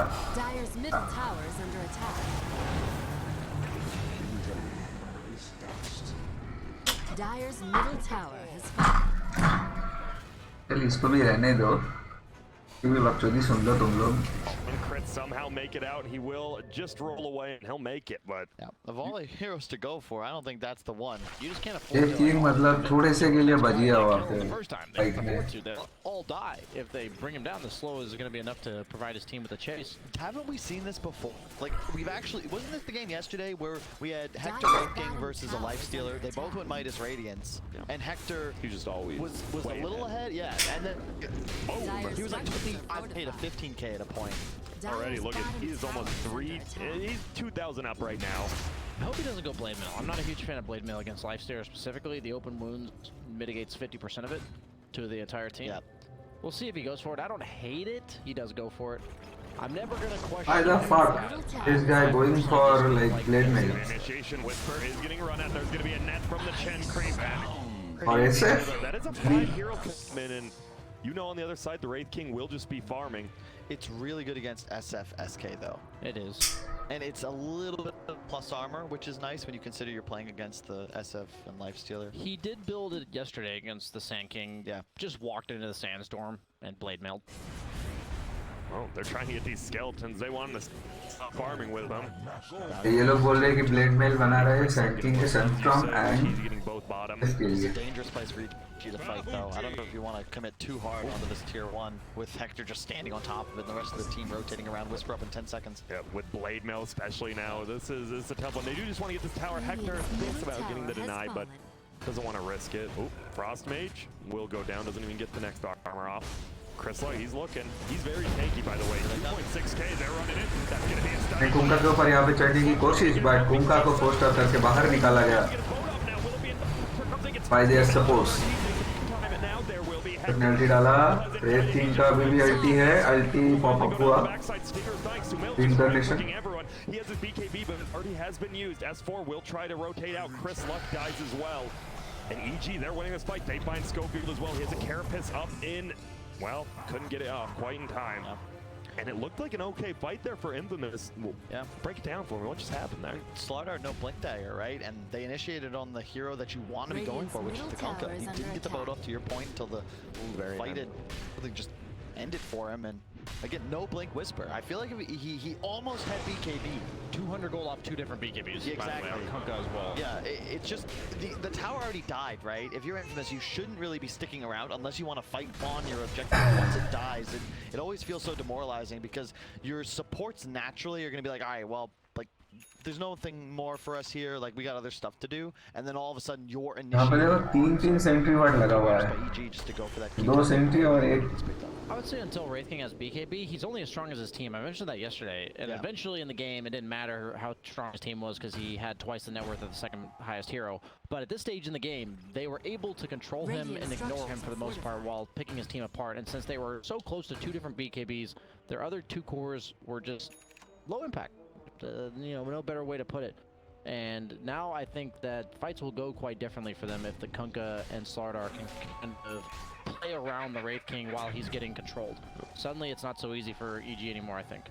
What do you like? Do you like this Earth Spirit? He goes Spirit Vessel, and it looks like he's going Lotus Orb next because he had the BKB queued up, but he bought the Arcane I think boots, Lotus so. Orb is insane against Slardar. You need it.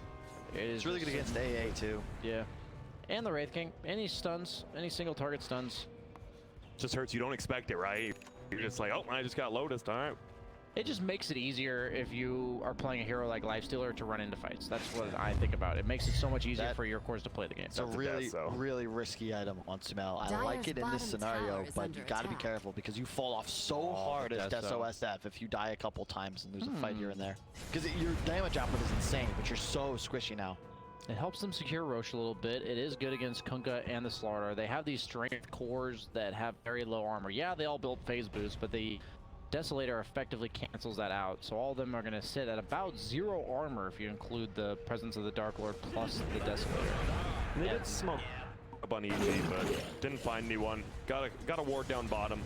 Yeah, it's 0 armor Kunkka. It's going to be 3 armor on the Slardar and also 3 armor on the Wraith King if they get hit by the Desolator. Doesn't feel very good when you're supposed to be a reasonably high armor hero. Radiant's bottom tower yeah, but is once under they attack. get these armor items, Dire's once they top get tower maybe is under AC attack. on somebody, then maybe a medallion or a solar, that Deso falls off like Kyle said. The way armor is calculated, minus armor is much more impactful percentage-wise amp if they have less armor. Minus armor तो हर game में यही कर रहे हैं भाई. वो share अपना cream को रोशन बीट में डाल दें ताकि नजर में रहे. Yeah, someone else did the math. I promise it's right. Basically what happens is you go from taking 80% to 100% instead of 100% to like 130%, which means you're amping it by a less percent, whatever. I'm not gonna bother. It's better. Minus armor is better when they have less armor. That's what, like you said. We'll TLDR. Thank you. They do have bounty runs coming out in 4 seconds. Infamous kind of threatening the Roshan with the Slardar, just trying to make EG react to what they're doing. They're not necessarily trying to force anything. They do get the carapace. Oh, they didn't choose to go for the stun. Interesting. We will get X, but Rage. See you later. All of EG wasn't missing, so maybe they were scared of the smoke behind turnaround there.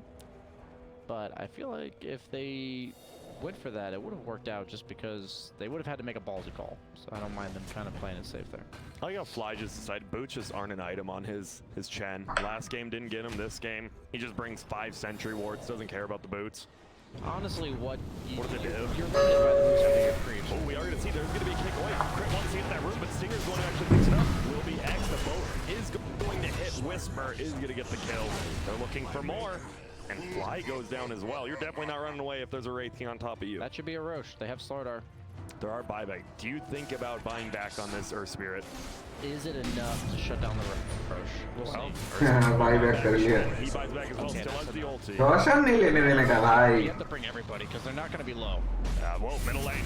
Stun Wolf Loud. It is Sandy. He gets X'd again. They throw a sentry ward down. The nice position. Here comes the A-Blast. It's going to fly to the back line. It won't actually hit onto anyone, but there's going to be another batch. Earth Spirit taking a ton of damage, and that's a dieback. Sand King's going to buy back as well. They're throwing a lot of bodies, and Hector, he doesn't care. He has a second life already. He is taking a ton of damage right now, but life still actually does get matched up by Whisper. Now there's going to be a smoke. He gets over the air. He goes down. There's going to be an ulti from Sumail, but doesn't do anything. Chris likes BKB. And there's going to be the first life of Hector. They finally stun forward, but this is not a good look for EG. They're all falling right now. Fly just popped back as well, and guess what? He's going down. I know you want to get the rush, but you don't want to fight EG. And now S4's going to die. That's a dieback. 3 dieback हुआ यहाँ पे. Like 3 fucking dieback. I don't want to say, is this game just over, but you just gave up a Roche and 9k gold or so? This is the beginning. Look at the net worth of Hector. You know, you need the Monka S. Man, look at that. I'm telling you, look at the EXP change. Not even the gold. 9,000 EXP is, you know why? It's because combat mechanics were changed to severely edit the way gold was counted, but experience is still pretty much pre-nerf. So when you're behind an experience and you kill high-level heroes, everybody, it's like a crash course, man. You're like just down. It's like the Matrix. And you see it again in learning. The big pickup on S4 first. Even without the A-Blast, they didn't actually hit anyone, and they didn't even need it. Once they get that BKB, though, we said. If you look at the BKB piercing damage from both teams, you have the SF with a Deso. You can see right there, right? Like, you can't go to right there. He's like trying to, you can't do that, right? Yeah. You have the SF Deso. On the other side, you have A Blast, which goes to BKB. You have Slardar Amp as well as the just physical damage Slardar offers. And then he amps up the rest of the physical damage. You have the Kunkka Tidebringer, the Wraith King right clicks. There's so much more BKB piercing damage on Infamous that suddenly when both पास एकमात्र यही है जो like AOE damage. Infamous is just उनका का भी है AOE damage, but उनका right click ज़्यादा Snowfield has the most impact I ever see. effective He था. has one item. Yep. Like he's had some game-saving force पर saves. उनके पास सबके पास BKB है almost. Stuns being thrown out. The के पास life stealer के पास अपना range रहता है. जैसे के पास BKB है. Range like kind of BKB. Weird pick under the circumstances because it's just. The problem with tanking is you just can't itemize properly, right? If he's tied here, he's got Vlad Solar Crest, but he's tanking, which means he has Fail Blink. It's not nearly the same game impact both for himself and for his allies. As soon as his AC finishes on Hector, right? All of a sudden that Sumail Deso, that's the minus armor disappears. That item doesn't exist anymore. Exactly. It's a waste of a to be honest at that point. There's the TP out, but he still gets CS with the range. Oh, well, crit. Just gonna get out. Looks like they all want to get out. It's beautiful. Kunkka getting close to that level 20 as well, and it seems they're just moving along. He's going Daedalus. He went the Demon Edge before Crystallis. Yeah. And looking at the AA pick, I like even more, because look at Infamous, like the talents, right? 8 health regen on the Slardar, 12 on the Kunkka. These guys are always on map. They're always trying to play aggressive. AA does kind of counter their entire play style. Yep, and they are now going to have the full AC done on Wraith King. Kunkka still has the Aegis. Like you said, he almost has the Daedalus. They just have so much beefiness on Infamous, and you have an SF core. And I said, he eventually becomes paper. Yeah. He is. I think he's at that. He's at the loot sleep right now. Exactly. King के पास assault बन गया. अब like डेसोलेटर से डरने की कोई बात नहीं है. Going for that silver edge. You're going high ground, guys. Why not? It's go time. EG, you've got to get some crazy strong Skeletons initiation. wrong way, my friends. He'll just pop the blade mail prematurely. Doesn't want to get hit too much, and it goes down. Ton of damage done to the tower. Towers under attack. Continuing to lose the skeletons, they do so much damage. Chris Luck even gets middle tower as well. This could have back up for now. Oh my Dyer's Here's the middle Daedalus, towers under 29 attack. minutes in. Chris Luck's almost the second. He's almost more farm than Arteezy now. If you pull up the items, like EG, they don't have that same team fight presence as they did the previous game. There's so much armor missing on their draft now. Yep. No Vlads, no AC, no medallion. Do they have medallion even? No, they went pipe on Sand King. What? Uh-oh, Arteezy, he's by himself right now. He is a dunzo unless he can infest a creep. What will he do? He's juking left, he's Turn juking radiance right. off. We have another one as well. The carrots will be there. X into mode. He does He didn't turn the invest radiance into a off. creep. He didn't turn the radiance off. And now he has to run away. He knew that as well. BSJ, right when you said it. There it is. Behind him. If he doesn't get the Goes for match. TP. Where is that? My God. Chris Luck drops the hammer actually on him. The tips come out. Yeah. Dude, Arteezy's flustered. He not only had to turn the radiance off to infest a creep, but also to not get Nick's carapaced as he's running away. And he got Nick's carapaced and still did not turn off the radiance. And he would have lived there if he turned off the radiance, because the creep wave was underneath the tower for Dire side, so the radiant creep wave would have lived for a really long time. Now we have a blink dagger on Schofield. He's been hitting some crazy stuns even without, and now he can just always get in position. And this is, again, like the biggest change here is that the AA is on Intivis, so you Dyer's really middle shouldn't tower buy is a under pipe on attack. Sand King either way, but there's so much magic damage threat just thanks to the Radiance plus AA that you think you need it. X plus Torrent gonna go out pretty earlier. Dyer's Chris top Luck, he's tower tanking up all the damage right now. There will be a stun back by S4. He does go outside of the sandstorm. Here comes the boat right now. Is S4 just gonna go down if the boat hits? No, the boat doesn't hit. Pulls him back a little bit late. There will be the kick forward. Hector, he doesn't even care up now. He's just right-clicking it. Even with that spear vessel, he knows he has an unlife. AA blast actually to fly, and who will it hit? It hits on the two of them. Fly gonna take a lot of damage. Sumail, another miss by Chris Luck. If you're in a losing game, maybe you feel a little bit worse than that. Radiant's top Luckily, you're up by 14K. Dyer's middle barracks And they have get the fallen. range racks easily. Carapace goes off, he blinks, tries to get out. S4 gets a nice double stun. Hector will go down, everyone gets slowed. They're gonna look for Chris Luck. He has the BKB, but he also has the Aegis. They both have two lasers. Oh my. So It is done. he drops where the Aegis go. He's gonna run forward now. Will they find him? Schofield taking a lot of damage. Oh, never mind. Arteezy is taking a lot of damage. Hector, he is leading the way to victory right now. They just can't get past him. He is too big of a body. They won't get the racks. The skeletons don't bring it down. That's the melee racks. It will heal up. Finish it. Fly, deny it. You won't. He has his ultimate in 5 seconds. Oh my God. He's gonna run for it. Throws out the stun. Will be able to burrow strike away. Melee barracks gets right click down. And we're That barracks, we ठीक said हो we जाए. have one game one, but it was very even, just like this one. It was one big team fight middle into this snowball. It's just so weird to me. Like, they had a great read on what Infamous wanted to do.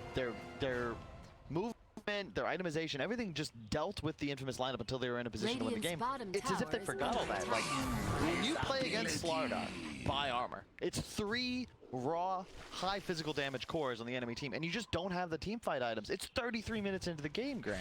Part of that has to do with the Sand King pick. That hero doesn't want to do that. Straight up, what if you go Legion Commander, for instance?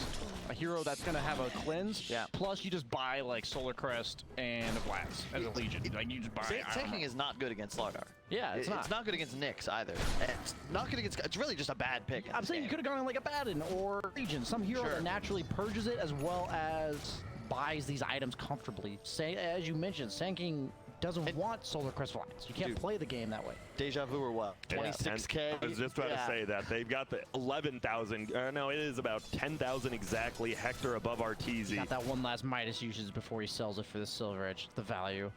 Oh, yeah. You see him, he puts it in the backpack. He's Some of the selling. skeletons, and get rid of this. I no longer require your assistance. Silver Edge plus 1,700 gold.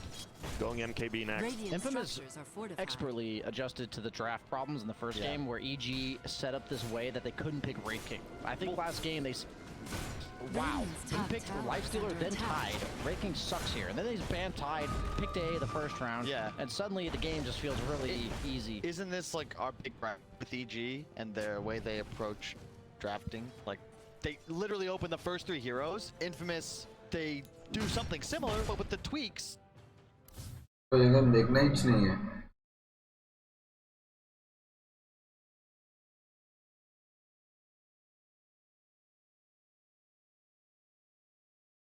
Versus दूसरा कौन सा team खेल रहा है?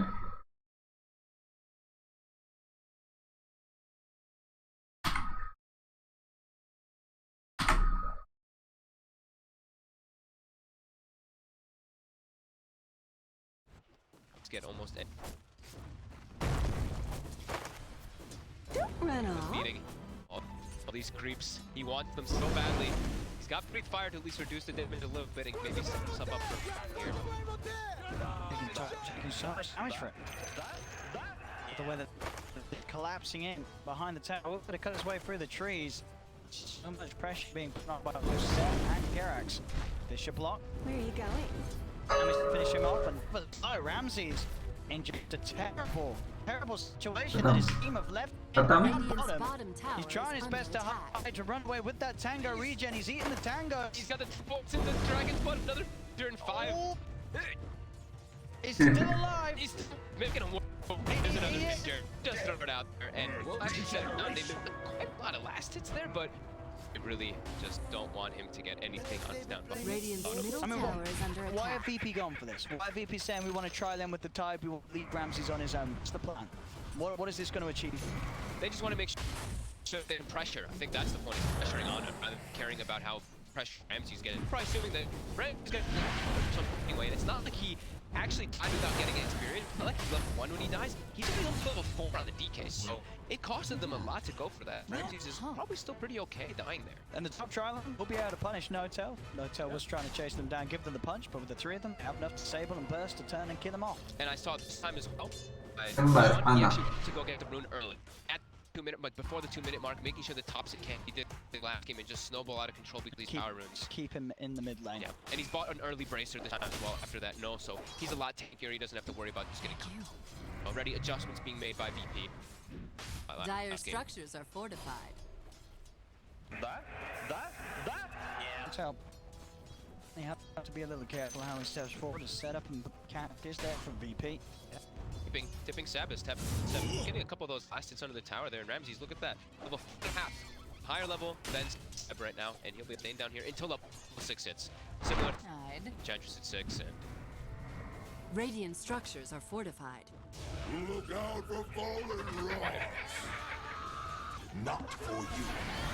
Yeah, that's really out from Jared. He's coming to play. He's able to block off Roger. It's out. Running down Lena into the trees. Roger cannot escape. He'll go out now. Ruins looks like Thompson. He's going for their toss back play so he can check out the rune. Doesn't actually see it. Thompson's trying to He's going for the kill here. No one. It's a slow. Another lightning in about 1 more second. He's gonna get on Thompson. He doesn't have enough damage. He's gonna turn. Oh no! Oh, it's gonna tilt no one. God, and he's at Jerax with the fish. Oh no! He's tilted. That's gotta hurt. That's gotta hurt. No, I'm right. He tips Jerax though. He's like, all right, you know. He's keeping himself in good spirits, but that's gotta hurt. So it's actually we do this on getting the 4 poisons. He does go down. Kill doesn't. So no where in the structure. They don't actually know where. And here goes Thompson. The runes are Thompson. As soon as he gets the rune, kills mid, moves bottom, well, it's bounty kills as well. bottom. Bounty runes as well spawning, so these type of moves are super beneficial because you're gonna refill your bottle twice as well after that. They get all 4 bounties as well. 4. Jax was set up top to take the 2 of them away from VP. All right, VP they have made adjustments. Still looking okay, but 5-3 and it's already 2K because of those bounties. Jerax seems to be in the right place at the right time almost so far in this game. So as top. No-Tail. You can down, Dragon Slave comes out, but it's not to kill him. Be able to remove him. That's what's mid. Thompson. It's the focus. No one can kill him off this time. Thompson's standing bottle up, but there we have it. This time, VP be able to take Thompson out.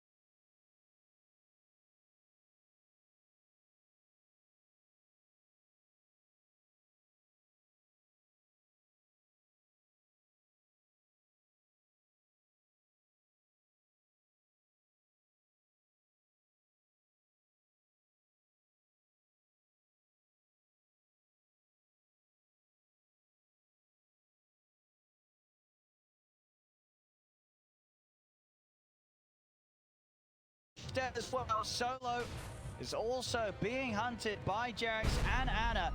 Very little chance for Solo to get out of this one. He's got to disrupt him to slow down the chase of the Ember Spirit, but Jerix is still hot and on top of him. Solo. He's making him spend a lot of time for this, though, at least. And Ana was good. He tried to block the tree, and Ana's like, oh, okay, I'll leave him. Great plays there, though. That's what we were talking about. Is the Earthshaker plus that other Titan when you're playing versus Shadow Demon, Last Strike, Shadow Demon, Lina, something like that. Always gonna be useful to disrupt that combo. We saw Shadow Demon disrupts, Lina unable to land the combo, and then ET when he's playing versus tri-lanes like this, even though it's a 5 position, you get your Spirit on 3 heroes, and you are hitting. You already have plus 120 just from the heroes. A couple creeps, you're gonna be sitting at that plus 150 to have.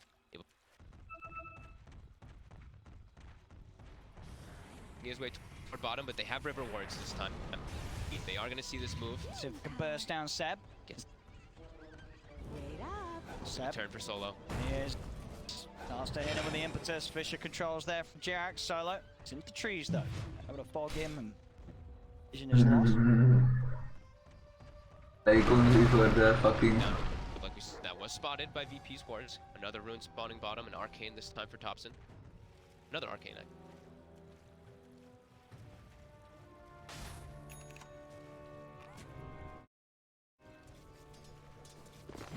Comes back in, nice dodge of the light strike. Flame are still protecting him from that Dragon Slave hit, and now with the TP in, no tail. Try and turn and go for Roger, good side step. Dodges the light strike array again, and no tail. Run him down, Jack's in position. It's like the most perfect sidestep I've actually seen. It wasn't pretty crazy there by bottom. Gonna try Zeb again, but it's that nature. Oh my god, वो भाई बचाया इसने 80 ने आना को. I like how the VP reacted in moving the lanes around. They still have Pasha top. They sent the DK mid and they sent the last strike bottom, so he has that matchup versus the smart moves coming out. But he's in the mid, getting comboed up. He gets the stun. Thompson, he's got an arcane rune. He wants to chase this for this. He's gonna have combo again in a second. And Ramsey's just trying to hard find the tree. Oh, he's juked him. Well, Thompson's not going to search any further around that tree. Ramsey's able to keep him up on the opposite side. Thompson won't find him, and Ramsey's will be able to get back to safety. Thompson cuts the path. No one.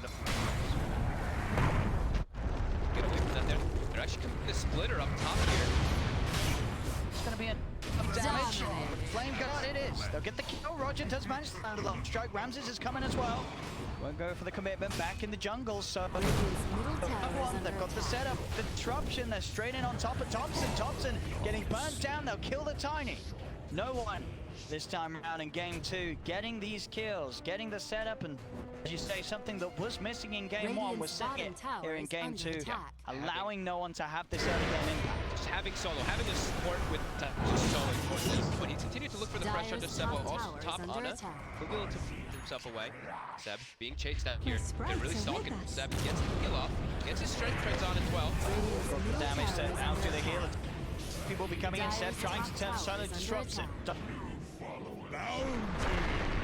What the fuck was that? Avalanche will connect upon him as he still hides across the trees, doesn't matter. Solo is found by Thompson as he slaps him down with the tree. At the same time, worth noting, 10 minutes in, VP were able to claim all of the bounty runes. Very nice. VP is top though again. Pasha, he steps up too far. Pretty dead. It's juking him. He's got a bottle too. Dropping low. And he gets damage. Ana. Pasha gets remnant away. Is he gonna actually survive? He wants to chase it. He got so close to killing him, he won't find it. He's gonna dodge the stomp as well. Pasha. Does survive though. It's pressure onto Ana, but Ana will just remnant back in. P also top lane.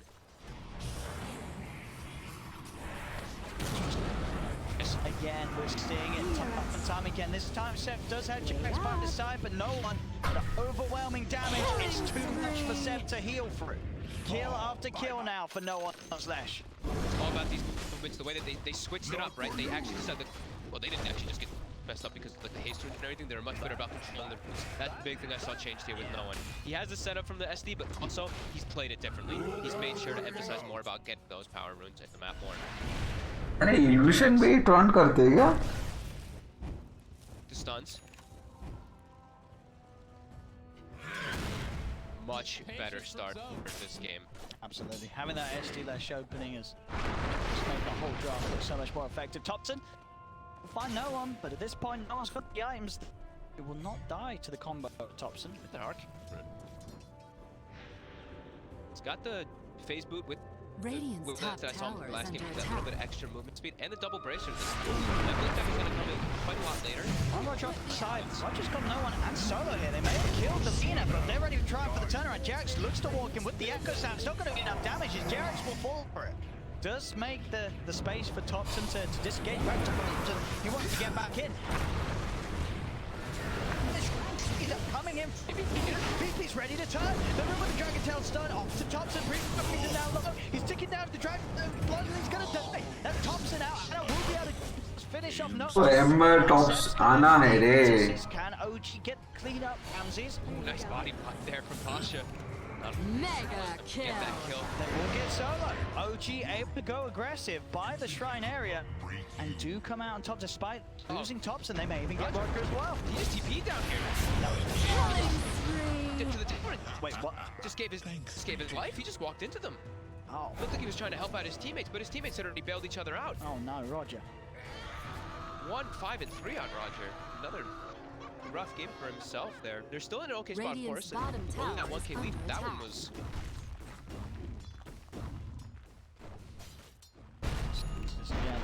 Yeah, see, he's still like, actually, she's still lingering around. He didn't TP her. He TP'd a little bit earlier, but you see he's kind of like lingering around the area and he just gets caught out. Dire's middle tower is under attack. कितना episode देखा? Bottom tower is under attack. Okay, lead for OG. It isn't, as we say, I repeat, कितना है total? there's definitely chance for VP in this one. As they total कितना episode है? get back into the they've got the setup on top. Topson's एक ही episode है क्या? VP will hit back on the big kill. Very nice. They're not slowing down at all. Radiant's They're middle still looking tower to is take all under these. ऐसा है तेरे पास? They have a very fast-paced lineup on them. Dire They have structures Ravage. are It's not like they're really relying on it to take spikes with that SD. Pasha actually just going for a rush link deck, something we do not see Radiant's very bottom often on the tower is Tides. under attack. To catch OD off guard. कौन सा number? Tata वाला ही लेना. सही मिलता है यहाँ पे. To Sam Laguna, Ravage can also the Ember, perfect play from P as both cause एक काम करना, वो वाली लेके आना, वो जो अपने पास है ना, वो gold. VP have got it all in their draft. The setup this time around, like solo, he's able to make so much happen. The ये last वो game, उसके बाजू में एक छोटा सा दुकान है ना, when he's in Shadow Demon rather उधर than मिल PA, जाएगा. the team feels so much more comfortable. He's just running around and setting up for kills constantly for his हाँ? now they're setting up also for these bounty 2 runs. बजे तक जो खुला रहता है, वो पूरा पैकेट ले लेना उसका. With Topson being now bottom, Dire's we'll be middle able to grab tower is under those. attack. Ready to grab. Soon, Coming up. No one is just. उसके अंदर वो कूपन रहता है. Such a night and day performance from him. 6K lead. Everything. Coupon दे देना और हो सके तो एक्सचेंज कर देना. ये वाला उसके साथ एक्सचेंज कर देना तो 10 रुपए कम मिल लेगा. The armlet. Tread. Brace Massey into arm. Once he has that armlet, it's going to be very hard for OG to kill him. Already Radiant's is. bottom They still tower have को a देना वो. amount of damage that goes through a lot of magic, and the input is still going to be a problem, but they're taking He's up. going to have that HP. Yeah, they're taking up. In a, Radiant's bottom weird tower spot, has but fallen. you Dire's see, I think structures everybody, are I think fortified. everybody outside of 1, 2, 3, 4 breakers. Seb's there. No. Radiant's structures are What yet, Seb? Finally gets it out. Anna is here. He's got one.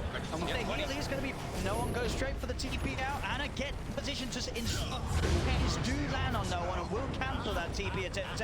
Now they jump into the tree dancers. And this time, Solo kill. punish Barnsley for the action. It's starting, you know, Triple five. it's beginning because the Enchantress doesn't have the level 10 talent. But when Enchantress starts getting the 10 talent and you get Uncharted in particular, it really starts being a lot harder for you to set up a last strike going these kills onto Edge. So right there, it's pretty close to a tier 2. It's a bit risky with only 2 here setting up for that there. Oh God. Spawn. And speaking of quick to spawn, it could also be a quick blitz dagger. Jack having a really spectacular game so far. 3-1 and 6. 400. Yeah, she might have it at the same exact time as Topson. The ways then that you see someone get disrupted, you are going to have that jump that can try and get yourself on top of the heroes looking to follow the disruption. Interrupt that light strike array, interrupt that split of ways to sort of break the combos that beat. Bremtes is the only का पैसा हो चुका है. additional carry, but carry is Kiro. He's actually so he wants to get those levels. I think it's more appropriate for him than Dragonite in particular, because if you look at his talents, he has a 210 GPM talent as well. You want to get that online as soon as you can. Yeah, it really lets you just scale to a crazy potential. This hero has a lot of items you can get. We saw Chaos playing, and he went for like Dateless, and he ended up getting to this super kind of. And eventually, maybe. As you say, you know, it's already hard to go on Seb. He's now got the full hood, so now he's pretty much a no-go. And you cannot commit. Yeah, he's gonna double down too, and he's even queued up a BK. He's understanding too. The physical damage, you look at BK's draft, it's not really, it's mostly the physical damage. In OG, they have a lot of mix. Dire structures are fortified. So just TP and Smokey, he's sort of surrounded by 5 Radiant's like he cares, he'll still forward, show himself, Carrick smoked up, blinkers available. He knows it's too tanky for them to kill now at this point. Just running in with that hood. Radiant's middle tower is under attack. Waiting for them to on him at first, because they have these double blink daggers. Jerax as well as Thompson. Starting to also run over. So got the wall down, OG, so they've just got vision walls them pretty much. Anna comes in for the slice spam, they'll try and turn. What the fuck? क्या हो रहा है?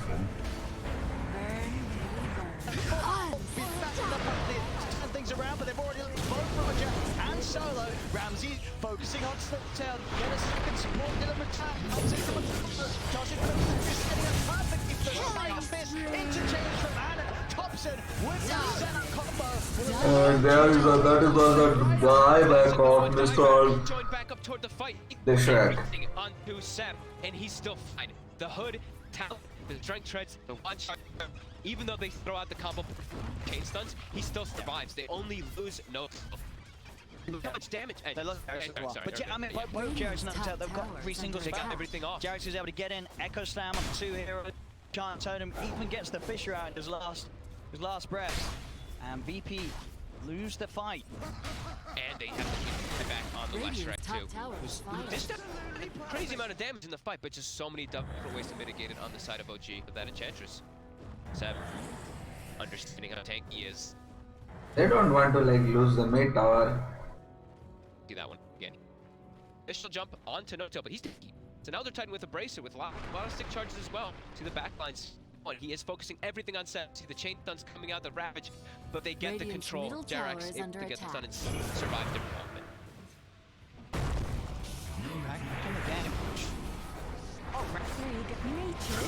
Mega kill. फिर क्या हो क्या रहा है यार? अरे टीम फाइट में इतना लैग क्यों हो रहा है? Fucking China servers.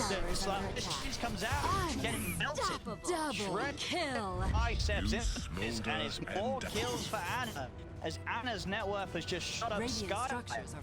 As he is nearly 2k. And it's over 2k ahead of the course on BP's side.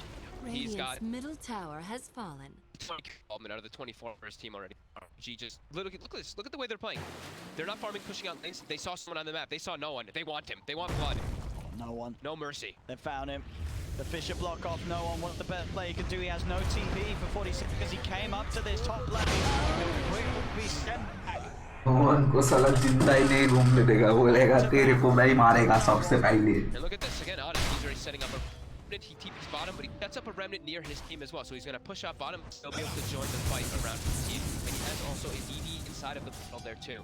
So Ana already dishing out a lot of damage in the fights. This is going to or so. And he's the Midas, you know, he's going for the armlet. See how much damage they can dish out. They have so much different forms of it on OG. Mixed, magical, that pure damage that comes out from the Infamous as well. Double damage empowers me. They're spotting out the stacks now too. They're like, oh, VP's been preparing the triple stack for that. And they're just gonna take it themselves. And not a whole lot that VP can do about that. Radiant's bottom tower is under attack. Normally this is stitched up, so not tankier for Flimsies. He does stuff. And it's amplified too, right? That EP. Seb actually, you saw he went back for minus. He's like, I'm tanked up. I'm ready. I don't need to get up.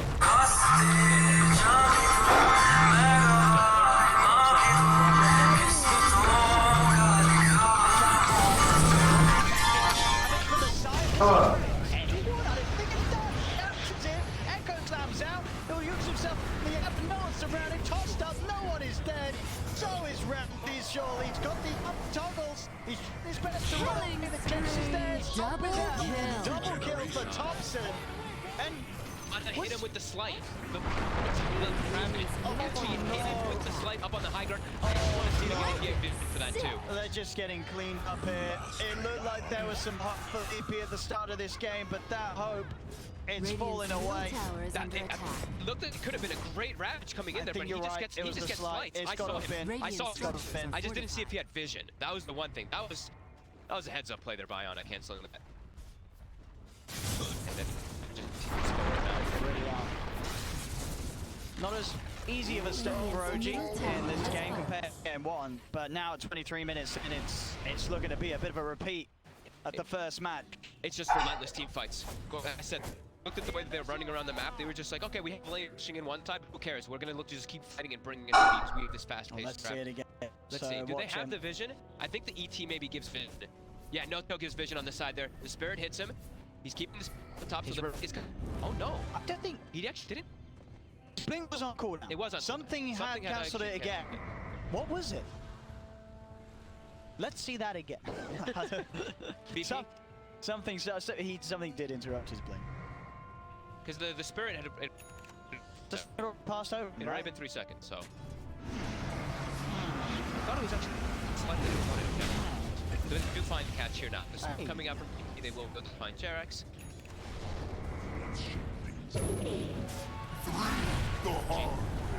Roger, stomp up. Anna's top of him. Getting another kill to his tally, Anna. 12, 2, 10. Let's have a look at it. Let's have a look. On the high ground. Spirit already hit him. Spirit hit him. So wasn't the Spirit that cancelled it? What? It looked like, I thought the slide had it, but it didn't. I think the slide actually didn't. Radiant's bottom tower is under attack. I don't know. It didn't look in the play, but it looked like in the game when I did it. I don't know. Interesting. Maybe yeah. It was something. It was still canceled. It was canceled, though. It was canceled. It's not he wrapped to the floor. It was canceled. Is it maybe a flame guard tick during the slide of this that hit him? Under attack. Someone get on the case. Wait, I can. Radiant's bottom tower. Well, I need to go and mess up. I won't do that. Up on the bounties, the rabbits. This time it hits. Pasha, he's got both. Alright. Pasha's back, boys and girls. Set up on that rune. OG though, they're fine. Killing spree. Double kill.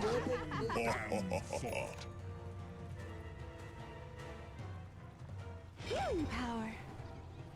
Where are you going?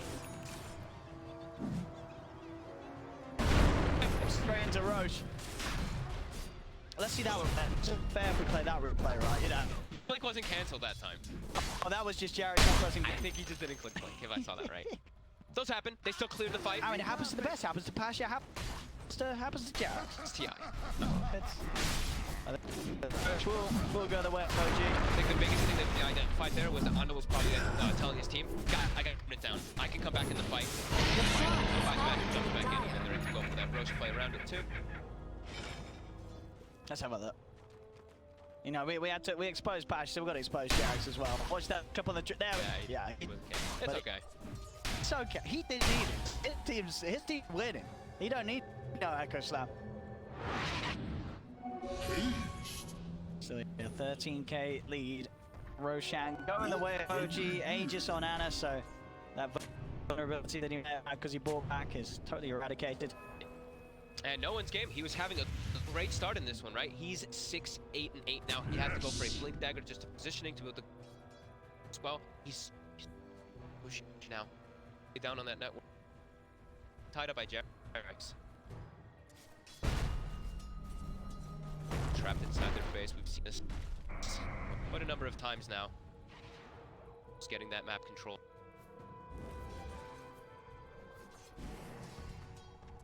Out, pops in as well. Side, the rest of his. Tricore. That's quite nicely. While you look at the piece, they don't scale in the greatest manner with this. Not until the super late game dragon. And then even then you're playing versus super late game with an when they have an ET who buffs up everything. He makes everyone do more damage. Solo. Rest in peace. From a distance. Oh, I think. Hey, he dodges it. He dodges it. He's not dead yet, but he's dead. Oh, Styles on him. That's just. Oh, he waits. That's just me. He didn't get the maelstrom, but he would. Maelstrom, he would have lived. That is brutal. I love it, Anna. Just oh, he bought a dagger. He just bought a dagger. Oh, they're like, oh, let's just get all magic damage. He's got the spell amp talent too. He's playing versus DK. He's sort of squishy. Ana is just. Oh man, poor old Solo. That was definition of a style play. That was OG in a nutshell. There, we're winning. We're gonna kill you in style. We're gonna see it again. Like he could have just walked up. I mean, he could just be hitting, but they're just toying with him. Poor guy. Just let him live. Let him live. And Anna even lets him feel a little safe. Radiant's top just hit him. To the tree. He doesn't remnant, doesn't hit him, nothing. He's just like, all right, I'm gonna kill you. And then the slight not enough, but the maelstrom. That is. Just mean as VP. That's bullying. That. They're looking for something. Sep breaks it immediately, positioned up on this high ground. 20,000 experience. Go to 96%. Jarex jumps in forward. They're tanky though, so they don't kind of care. Echo Slam for what? We're jump around and rabbit. Catch out in that sound. There's going to be these bombs coming out. They're turn one around. Do land the stun on Seb and Seb the heal. The next attendant keeps him alive. And it's going to live. Finally falls, but he has the ages. He's ready for round two. The two chase down Jarex, but one finished off. Two dead without buyback. Three dead without buyback. Anna getting the triple. They want more. Thompson.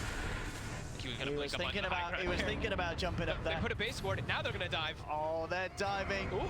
Slight chains off the mark. This is the fountain, guys. Back up. OG. Radiant structures are fortified. They're feeling so confident. Have a bit of mercy. They're just feeling so confident. They are. I mean, they should. They're acting ahead, 40 to 19, 30 minutes. They are owning the entirety of the map. Everything is theirs to take.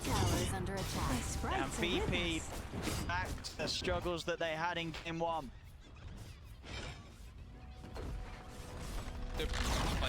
Radiant's middle tower has fallen. Overall looked pretty solid for them here in this one too. VP kind of with a little bit of a one when they have this DK in the safe lane and double spell damage. You know, they don't really have this great scaling. If they do a bit of a weird in the mid game, later game gets super difficult, and OG just ran over this mid game. Crazy succession. Never refuse gold given. They will continue to grow their lead, picking up all these runes, picking up the power runes as well. 30 minutes in. Thing coming together for OG. Yeah. Pipe as well for Seb after he picked KB after that dragon, so killing him is impossible as it has been a lot ready. Thompson. The damage just isn't there for VP. They have to look at it, which is always fantastic. They can feel that much more. So OG continue. That hidden.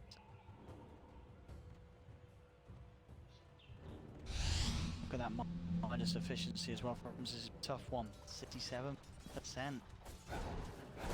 Right. Oh, he showed him for a second. He went with the stun. That's never going to work out well for you. He's got the blink. Nope, he gets that. Seb. There was no sort of. I think he was trying to stay do hidden. I think he was trying to do a cheat stop into lightning and then blink and TP out, but he showed himself actually in the tree line. So Seb just saw him and hit him. And now Jarek's already positioned up top, looking for Pasha. Everyone's going to rotate over. You know you want to fight. Rest. Jarek's is this. Slams down, Pasha's out. Jarek's and No-Tail teaming up for the big boy. Back hit the river. So dead. OG. This is just trauma. This one they don't want to remember. They're not going to want to. OG have just broken them down. It really is just no. They're just running around from lane to lane looking for the battles. There's now 4-3 to 19, 25k gold lead, 30k experience lead. No, Dota Plus, 99%. 99%. They're hitting on their axe. Getting good approved. Radiant's middle barracks have fallen. There is 1% there for VP. Doesn't feel like they're hitting. Can they find that 1%? Ramsey's done like this. That's tier 4s. They probably can't. He's dead. Over as well. They're gonna cross. I mean, it's not PG that was finally double as kill. Looking as terrifying as an easy 2-0 for them against Virtus Pro. As this will go down as a series that VP, you don't want to mention this one to them. No, this is not a series that there's really much for them to take away from. They just got absolutely crushed in both matches. Yeah, they had, like we said, this one, they had a little bit of a better laning start. No one had a much better start in this game overall with his rotations, with securing runes and putting pressure on the lanes. It just hit that timing again where OG, it just feels like they, it just feels like they have such a great understanding of how their lineup can pace versus just relentlessly run at you, take the fight to you nonstop, and the way that they're taking the immaculate. It really was.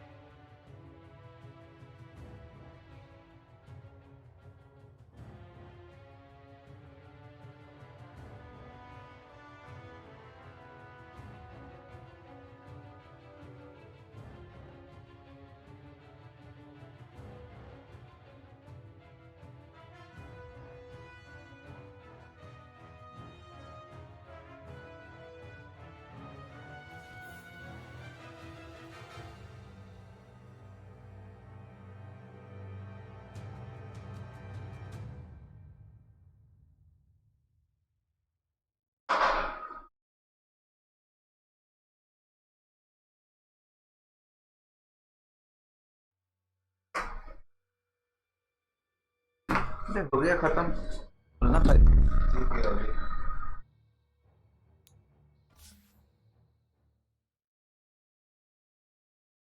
Team कर रहे हैं ना तो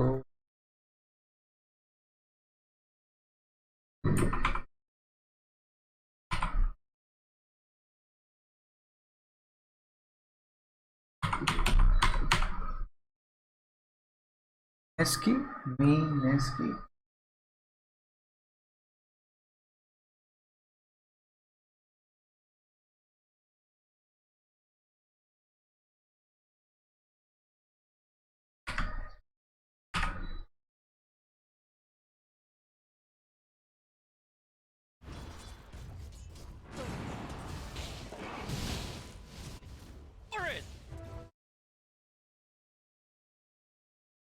by a hero that just runs through vision, right? Yeah. We had that earlier today as well. Yeah, we did.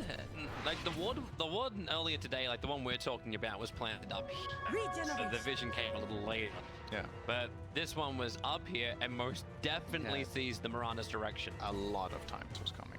Yep. He was literally sitting there farming. Maybe that's why he stopped watching. But yep, so that's 2 for 2. Yep. Obviously not all going the way of him for kills, but that's better. He's up top. Here comes the arrow forward. Okay. We got out in time. Like how Zai was also holding that last hit bash ready to go. Just in case the timing was going to be right for him. With a 5-second arrow, you can probably bash first hit for the extra damage, hit 2 more times, crush, and then hit 2 more times and get another bash. It should be possible for him to get 4 attacks off, unless he gets Maiden Nova'd. Oh, lots of damage. Crush. Maiden is out. This pulling. He's open woundsing to run away from Zai, and yeah, without the Crystal Maiden. He doesn't have rage. No, and there's a short arrow Zai. 1 more hit, he's dead. Yeah, need that bash. Yeah, so jumping forward, the Nova tries to buy a little bit of space. No sprint, leap, and go. 1 more attack, 48 HP. He's regenning through it. Oh, hello. No, yeah, so it's found towers as well as creep wave. Even if Lifestealer doesn't die, this is such a big loss for him. They don't have a healing salve in the lane, so he can't see us. Nisha's about a solo moon. No, he doesn't have waveform. He actually went at 0-2-2. So no waveform to close the distance and get up the rhythm. While Rage Potato on bottom lane, Poppy was going against it. Mid one gets a good Tidebringer splash out through KP and Rage Potato. And once again, Zai right on top of Nico. As he said, he's gonna lose out. They just keep him so low he can't move forward. Like he absolutely doesn't care about his own life.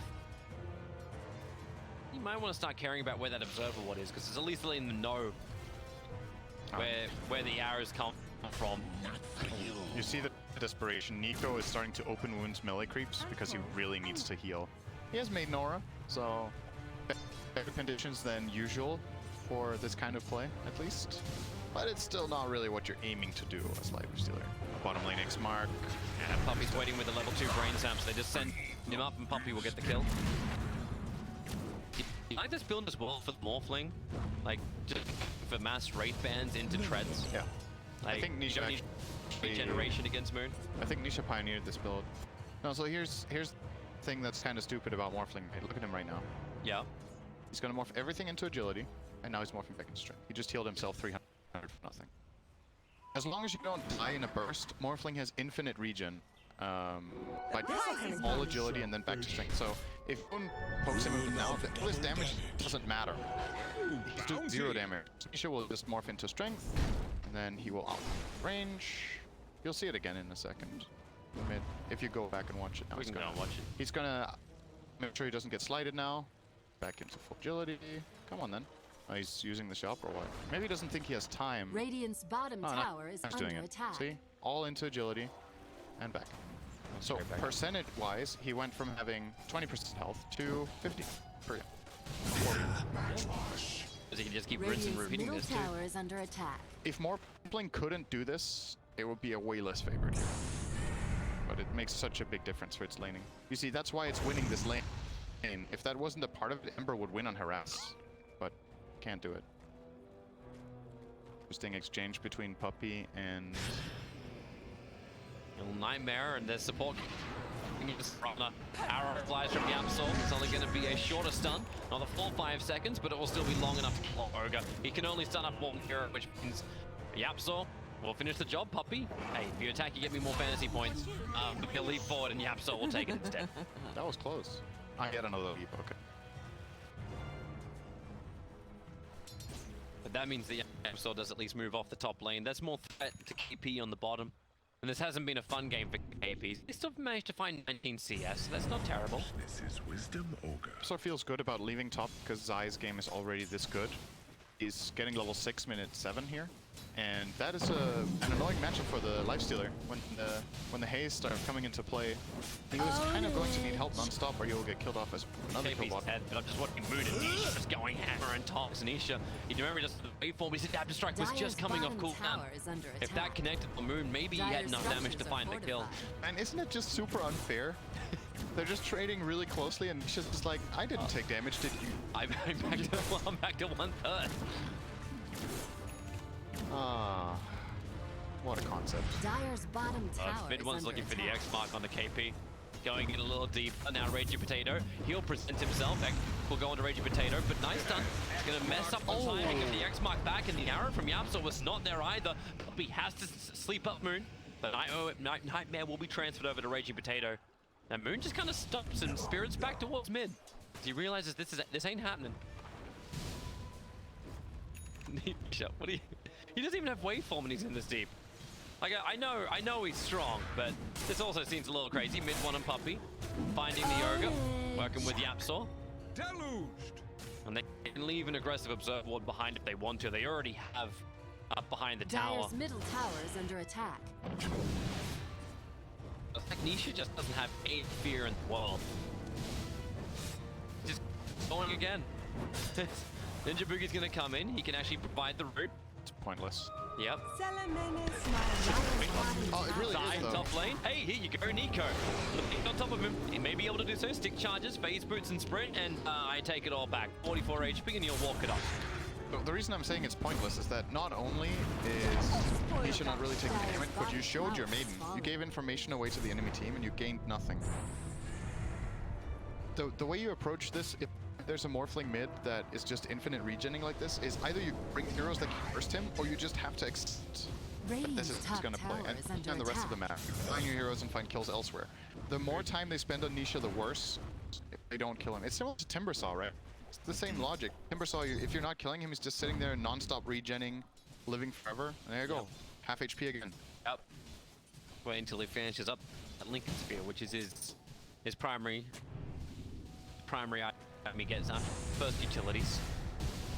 It's also Morbid Mask is so good on Morphling, right? Because just even a casual Morbid, you morph everything into agility, and the percentage-based health that you heal per attack is super high. So you can just morph a little bit into strength when you need it to have that way more tankiness. He's gonna go Lincoln's the Ring of Hell first, and pressure mounting on mid. They gotta do something about it. Man. He would like to. Like, he just hits level 5 now. It's only a second point up in Nova. You can root out Nisha. Strength morphs a little. Mid one will make his way over to a Ninja Boogie. Up the part, Ninja Boogie. He'll survive a little longer, but he's backing himself into a corner. Top lane side being dove underneath the T1 tower. Support can't come to it in time. The crush gets onto Moon. He has a side of fist. I was still going to keep attacking him. And with that corrosive haze, Moon has to walk and bottle up to stay alive. Oh, that's a full mid tower for that. Puppy just arrow. Shy full 5 second stuff in from Yapsor. Easy setup. Nico's moving over to try and help out. Keeps away from the sun's able to connect over on Yapsor. Goes onto Puppy instead. Tanisha would love a fight. Waveforms forward. Turns into the Ogre. Can't get in range for the stun. But he'll bloodlock himself up. That'll work. That's nice. Great start for Secret overall. They got things they wanted. They played the lanes really well. They've accumulated a 3k gold lead, minute 10. They took the mid tier 1 tower, which is super huge. And you just see just what a nice graph to look at, the gold graph, right? Like that just one. Steady increase of advantage. Not slipping up. The big slip was Zai's death top, but it was really valuable death because they got a mid tower. It feels like Puppy is more than just bait right now. He knows he can't instantly die, but they can Nightmare over on Nico. It's stolen over to the Crystal Maiden. Run is nowhere near the land an arrow, but Zai can get the crush. Moon will find them time to mid on Ninja. He's a big fighter. Comes straight in, so Moon worked. With the Yapsor, that's where the arrow was. Zai's not giving up yet. They're still using Moonlight Shadow. They're coming in deep. They see where Raging Potato is moving into the tree lines. Instant bash from Zai. Send him up, bring him back down again. Nisha will take the tower on Puppy in the meantime, while Puppy takes the life of Raging Potato.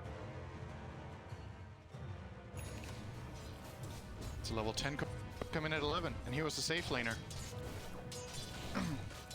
Secret's cores are super high level. Yeah. Everything is going according to plan here. This looks like if they continue at this pace, Minescu don't find some good place, this is going to be an absolute beatdown. You gotta, yeah, haha. Yeah, this is what you need to do. Group up Radiant the Beastmaster with something. It's the lifesteal in this case, but use the Beastmaster aura to start pushing towers. Get the bottom tower, maybe cross into try to get the mid tower. Oh, excellent. Mid one's going again. Am I trying to arrow? Oh, Range's on the way in. Yep, it's on cooldown. Puppey will arrive. Jabugi shows himself in the trees by throwing the Nova.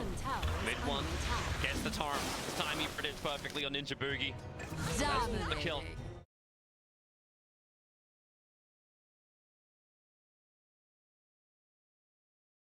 Potato. He's letting Yapsor inside finish the job. He's even just focusing on the target. He doesn't care. It's like Radiant Potato's gonna die to Yapsor anyway. That's now his third kill of the game. Dyer's top tower. And Mineski, at least in something in return, they managed to claim the bottom tier 1. Nico and KP working together. Puppey on the back of a haste rune. Now TP support arriving, not one but two. Mid one is the X mark spot and it's over on KP. It's the one that can't rage. So KP, nothing he can do to keep himself alive. And mid one even uses the ball to hit the Tidebringer off. I actually think Puppey could have maybe chased further with this haste and caught the lifestealer. And they could have got both kills then. But I think they were lacking information about where the rest of the Mineski team was, so didn't fancy going that deep for the kill. But they get one core. They're totally free farming on the Morphling in the meantime. You've almost got Atos finished on Yapsor. We're 13 minutes into the game. Great item, Stember. Just that route ever since the change to Ember. Mineski have got to be feeling cornered. They've lost 4 towers actually. And everywhere they go, they're scared of the Moonlight Shadow ganks, they're scared of getting gripped, they're scared of getting X. Like, all of Secret's heroes have catch, except the Morphling. So if you don't have vision, the whole map is a minefield. That's why this Observer Ward they have planted down is really, like, it's value for them. They're going to smoke up the fresh Observer Ward planted down from the other side of the tree so it won't be detected. Oh, look what Beastmaster's buying, Toby. Oh, the Beastmaster is buying a Necro Book? What? Okay. You wanted this item. Well, I just don't want this. Like, we were talking about how it was never bought. So I'm not saying I want it in this game. Because I feel like right now it's just going to be money for Team Secret. They're going for Roshan. And Mineski Smoke, they've wrapped around so far. Yapsor will reveal himself in mid, so they may just try and jump this. But Yapsor's going to jump him, but Roshan's already dead. Killed by Radiant. Nisha has the Aegis, the Immortal. And Moon will put himself away from Puppey. But right now it doesn't seem like Team Secret care anyway. They just push up mid, they take another town. They can potentially take the tier 3. It's good to accomplish everything, so they don't have to worry. They didn't threaten a tower, they didn't find any heroes. Just taking over the area. Secret knows exactly where they are. It's pretty apparent from the game state and even a little bit of vision that Puppey has placed down here. Mineski are doing, they're just gonna go mid and say, hey Mineski, you guys want to fight or not? And the answer is no, you're gonna lose your tier 2 in about 10 seconds to these two heroes. Mid will not even use Solar Crescent as Morphling. I'll make this a little bit faster. I think they're still trying to finish up the Beastmaster's into the mid. Bane, Fiend Script, right on top of Moon. Yapsor's waiting. He doesn't want to throw the arrow just yet. Now he will, waiting for the longest possible time. Zami will find the kill, but Moonlight Shadow set up once again. That's why they're so scared of it. And Moon felt safe because of the Hawk, but they're playing against Moonlight, so can get caught at any point. When you go over these split push plays, that is kind of an integral part of how you play Ember. And he really wants this Vessel so he can deal with the Morphling. But Morph sitting on the Aegis already. Lincoln's, he's still, even when he gets Vesseled, he's going to be a hard kill this game because they don't really have the control that they would want. And Nico's still trying to build into the Radiance. Like that's the upside of the damage they did to the bottom lane. Beastmaster's coming in, combining with the catapult, and yeah, Nico's just like, all right, fine. If Team Secret want to try and force this, then they can do it. Nisha will TP back. This effectively stops the push on top lane and buys Mineski a little bit more time to breathe. But you're 3,600 gold into the Radiance for Nico. They're getting some of the team fight elements that they need. Necro Book, Radiance, Spirit Vessel. It's getting there. There's a plan. It's a plan for Mineski. That's the upside. There's a plan and there's a narrow window where it feels possible to execute that plan. Oh, Moon, don't stick around this long. He knows he needs to try and get a little bit more, but he wasn't ready. A lot of Atos, arrow control. It is amazing too the range you can get on that. Yapsor can set himself up for a 5 stun. And because he bought the Spirit Vessel, there is no buyback.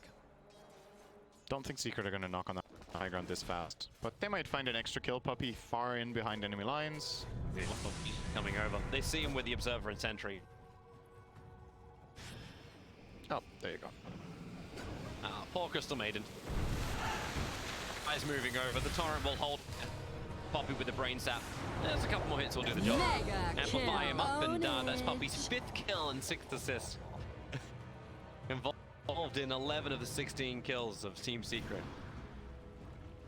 Dire's middle tower He's is going to under be playing attack. like the cause, right? That's, yeah, 13.5 on the fantasy points. You'll take it. And Smart, just a quick refresh up from Zai. Nisha, there's Spirit Vessel going to work. And got one charge. Nisha just waveforms away. And it's over on the Ember Spirit front. Multicast keeping Slaughter away from him and giving Moon that time to get the side of Fist off of him. And the bonus is all coming their way. And the crush. Goodbye to Moon. But they're in very deep here. They've got a lot of damage to do what they've done. But it may not matter if all of Manesi are dead and they can't fight. Moon falls underneath the tier 3 tower. Zai is the only one who's really low. And, oh, Eco. He's running out of life, and Nisha just sliding, fisting through everyone. Mid one will kill off KB. This really is a smackdown. The mid melee racks will fall. Without the Ember Spirit, their defense really isn't there, and the real Ember Spirit is in Nisha. Dire's middle barracks. What can you say, really? Dire's top from tower is under attack. I mean, there isn't much else to say. That Lifestealer isn't ready yet. They've already lost Elena Rax. They're going for the second one. Aegis has still got another minute left on it. They can't kill this Morphling. Yep, Lincoln Sphere is going to trigger it every time. Gonna chill. Yep. Even if they did, like, you just break the Aegis, the Immortal, and you'll come back and fight again. Use his healing self. He's full. Even once the Radiance is here, like, Lifesteal is still working towards it. He just needs the recipe. But, like, what does Moon do? Slide a fist, try and touch anything like the Atos that comes his way, a quick spirit, but that's not that far away. And man, Nico, he gets bashed up by Slaughter. He's jumped inside the one creep that can provide him some level of protection, but the rest of his team isn't there ready to fight. And they're losing their racks quickly, just regenning as quick as they can, and that's going to get back in the front lines. Beast plus a Rock now coming off cooldown, but who do you go on? The Lucas has been broken on Nisha. You've got another 8-second window on that, but the Atos on KP and Fall Arrow. KP can't survive it. Stay back quickly, because there really is nothing else to do here. Apart from fight until you're dead. Getting hit by the ship, there's nothing more to do. That's really, it's the game. It's the game. Nisha just got himself a triple kill. GG is called by Ninja Boogie. 24-1. That, I think now is Team Secret are the only team that's won under 20 minutes. 1955. And they've done it twice? They've done it twice, because the other game was like 1957 or something like that, I think.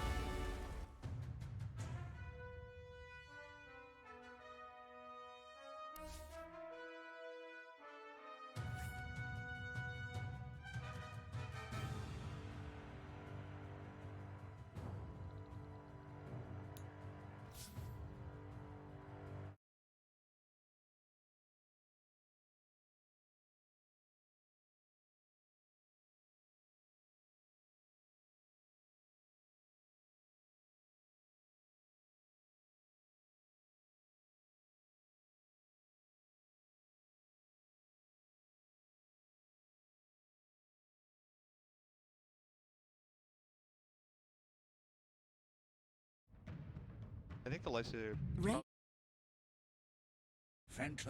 Is that the first PL pick? So?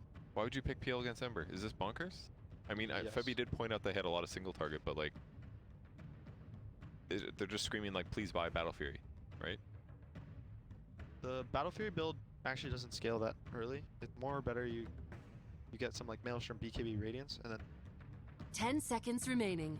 Single Maybe it's target a- physical, or I think like 5 Deso, Battle Fury, seconds then remaining. Daedalus as your last 3 items on the gotcha. Ember. It's like a solution against all the. Unless Miracle, please. Yeah, I mean, it's not great to rush this. Nobody rushes Battle Fury anymore, just AM. Timbersaw last Choose pick. your Another good way hero. to deal with it. Lots of AoE. He can lane against the Brood, be invulnerable. Basically, yeah, it is going to be We Hot Timbersaw. It's an old throwback to, you could say, the TI9 run for Weehaw. Even on a Planet Hot, Weehaw was playing it a lot. That's true. Although I should say that the game that he played at TI6, he did not do very well. I remember his skill build was real wacky. Wasn't it more Moo that played it? Yeah, you're right, actually. You're completely right. It was Moo more. But Weehaw did play a one game. Stuff going on. Oh, but yeah, in later months he was. So, Mickey is going to be playing the Phantom Lancer.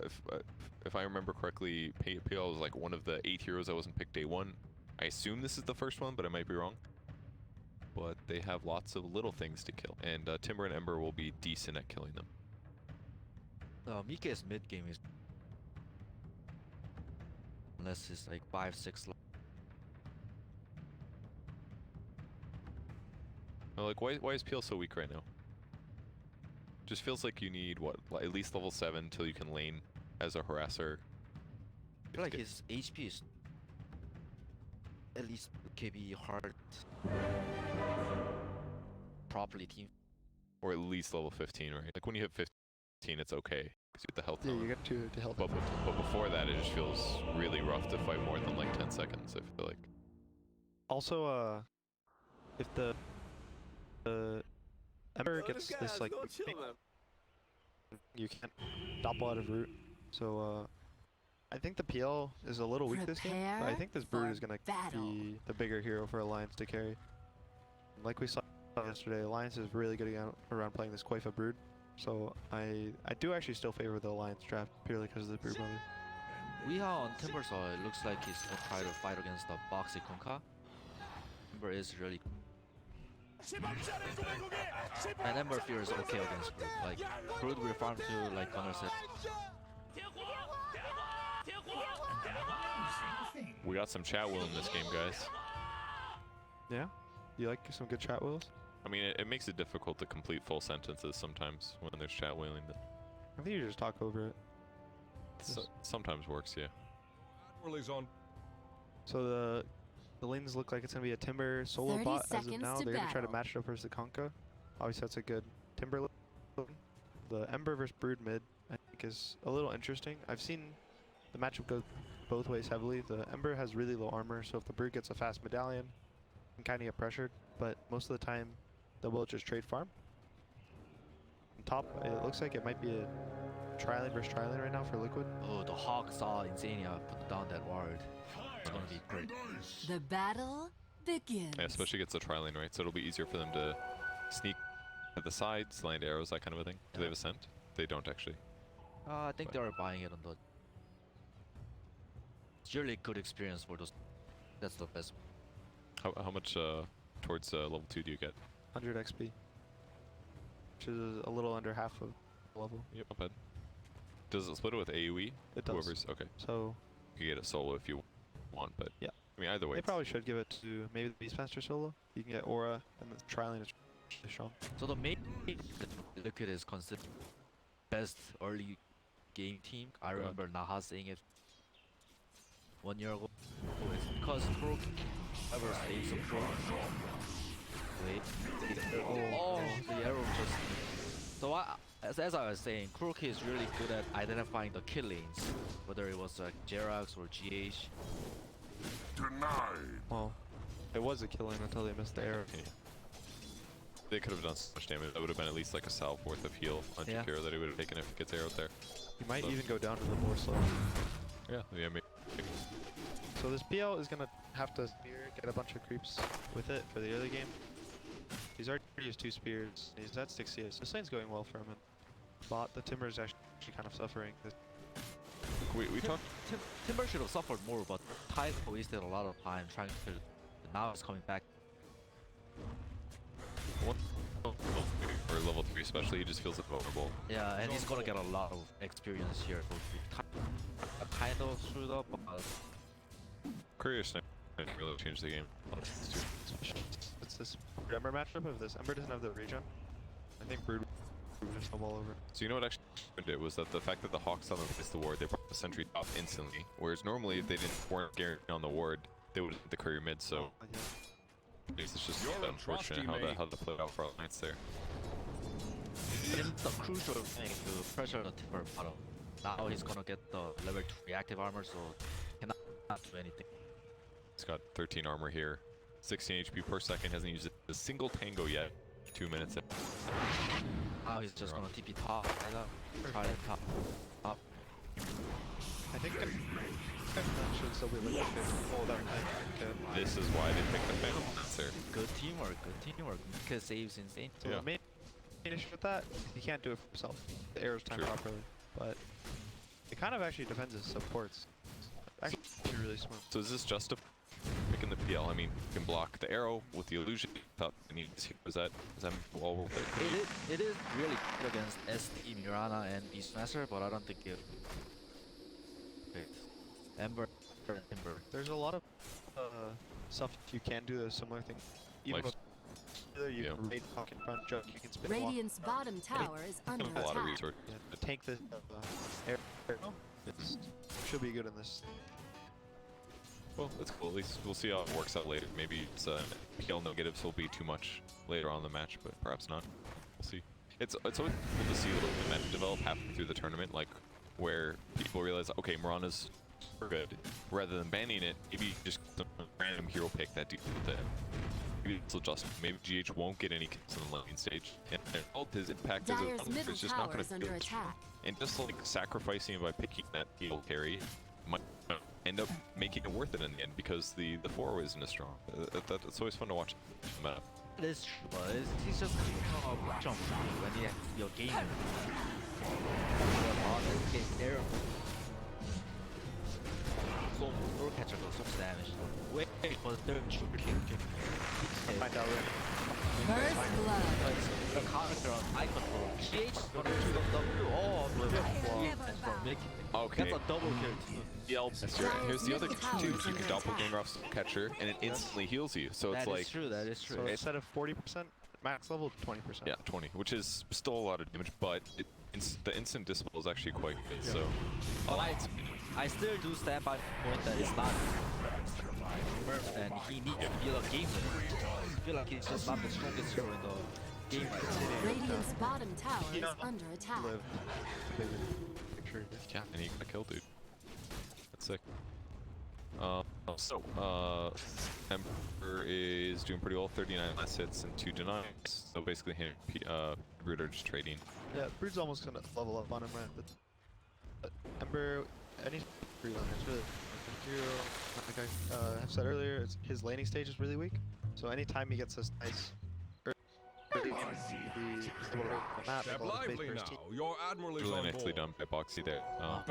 Just the Timber gives him the act that guarantees he gets both bounty runes. I was kind of watching his lane. It's just been cutting against the Timber, so Timber did not have any chance to use that whirling that on the Kunkka. Which is so good. It's like, what do you mean by cutting? Like, Boxy wants to come with these last hits, and we have to do this, run after him, use his spells. But if he just runs behind the town, kills the creep wave, and he doesn't have to worry about Weehaw ever threatens his life like this. Because Weehaw basically just dive and do whatever the heck. He doesn't use a single tango this game. It's really giving him the chase. Catch up on Weehaw, but Tango, dude. well, he does it. Takes some damage. I don't know. The dragon exploded, man. Looks like good disruption into air combo hit him off. But I kind of don't like the going for the. Now he's got a Instead of going for the backline, he might try to kill here. We'll see if he's successful. Oh, we are with the perfectly timed him to get. X during the Step actual lively movement now. of chain Your it will admiral is cancel. on board. But if the chain hasn't launched, he gets pulled back. It won't.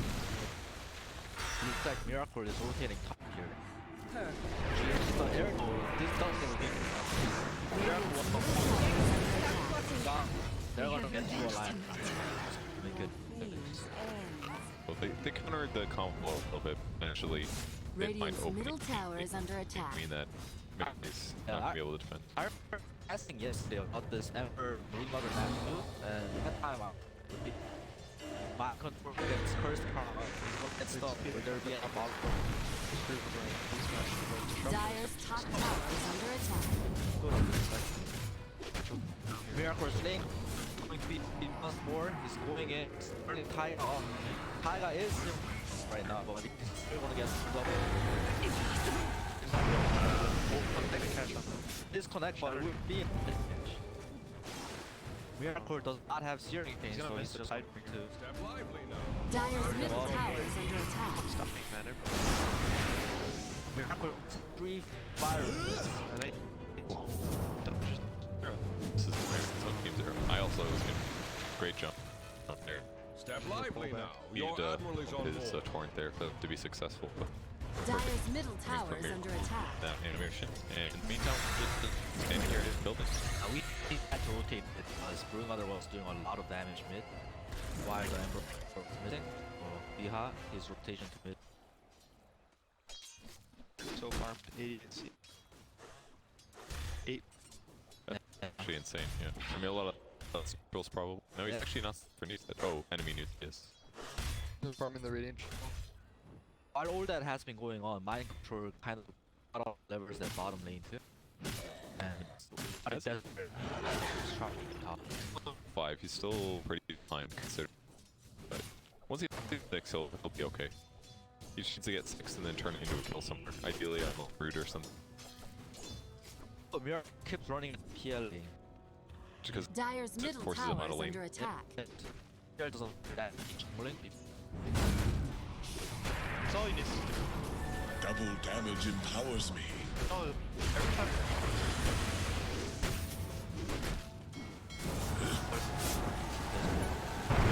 Dyer's middle The tower is time under once attack. in here. One gets he's running for flight, but looking like he'll be down. Oh, that's Dyer's so middle big. tower is falling. Miracle. Killing Oh, he lost it. Nice. Oh, God.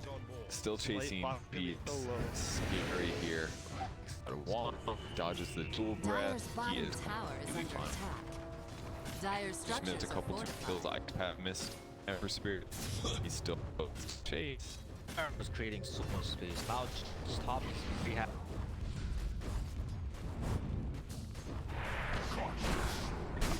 Dyer's bottom tower is under attack. Good ice path. Dual breath. He gets some damage. He does. Hyperion does now. Dyer's top tower is under attack. He wants to TP back. Come back. Yeah, if he does do that, he wouldn't be able to TP or jump back for. What a nice guy. Have it.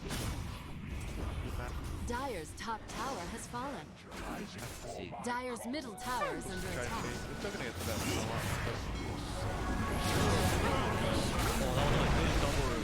Double bull catcher. Foxy. Foxy, I go out. This one's running out right now. He's gonna be back, but we have chop. Double kill. The pressure just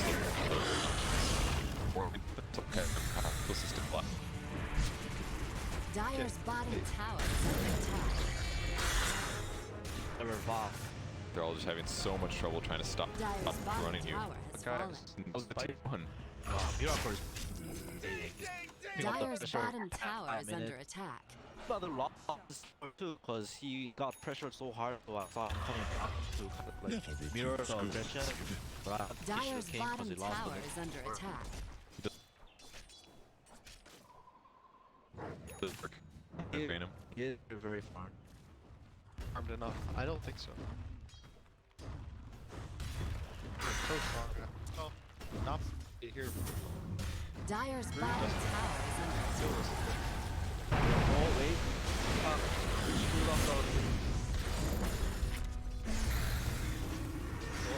Charge for me.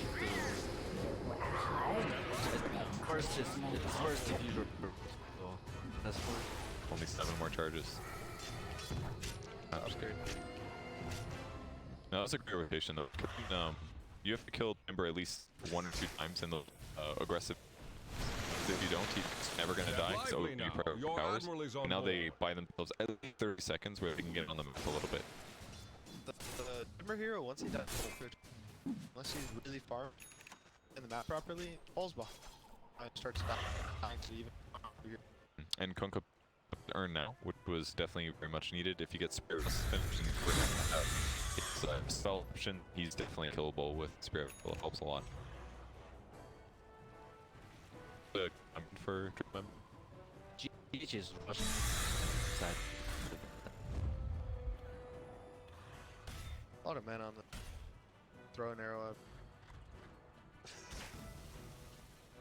Some movement, the two towards because so we get going on, can turn things around. Dyer's middle tower is under Concrete attack. coming mid here. I have this. I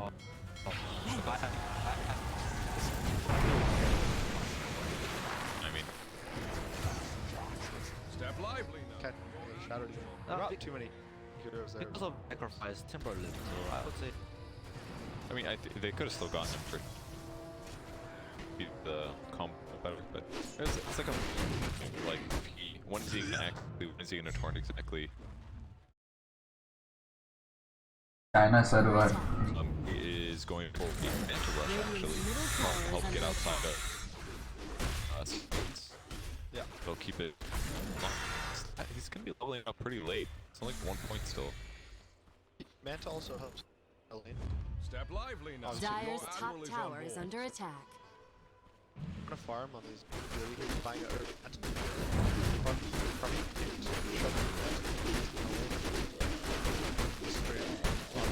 Safely.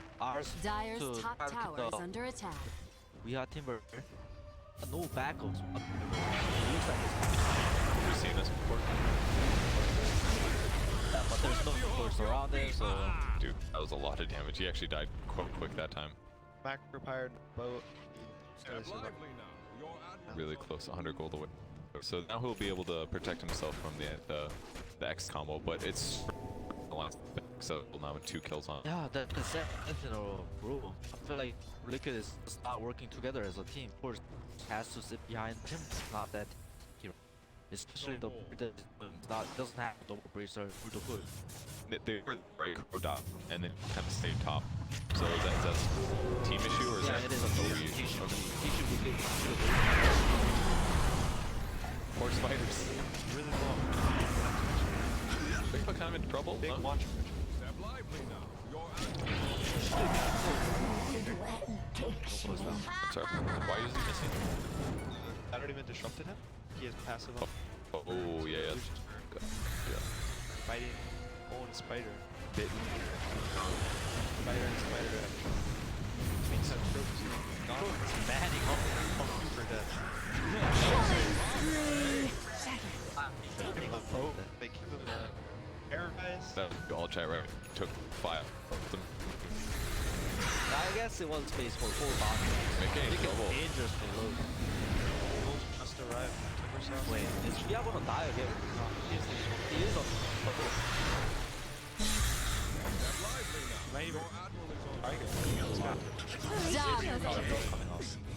Tiger felt it's like damage basically, so it doesn't even matter if he's in Shadow Realm, they just run a flame guard or do like really deafening times. Dire structures are fortified. Radiant structures they even are have fortified. the charges built. Dyer's bottom tower is under Step attack. lively now. Your admiral is on board. Guys, remember to do now at 15 minutes. Totally standard. Maybe. Yes. Oh, like, can control the map. GH is just farming top. Dyer's top yes, tower is under attack. Bebby was on last. It's not. Why? Go. Dyer's bottom tower Sorry to has been interrupt you. denied. Push top now. Bottom tier 2, top 2. Unfortunately, the bottom tier 2 got denied, but. Dyer's top tower is Kind of under like attack. Liquid has the brood on the team. Yeah. It's like just constantly on the enemy side of the map, messing around. Dyer's top tower We is have falling. Timbers only playing in the whenever there's a wet buffer.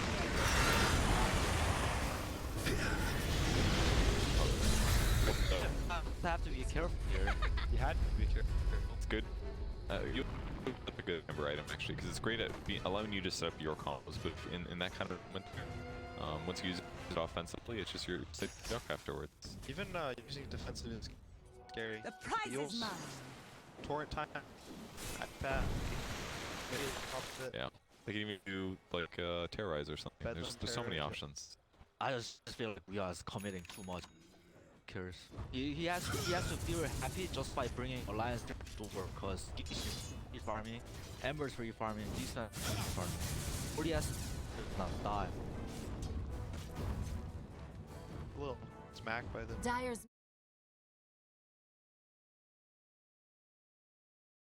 the BKB is also decent this game. He's really comfortable. Dyer's middle tower is under attack. Back to He only had one.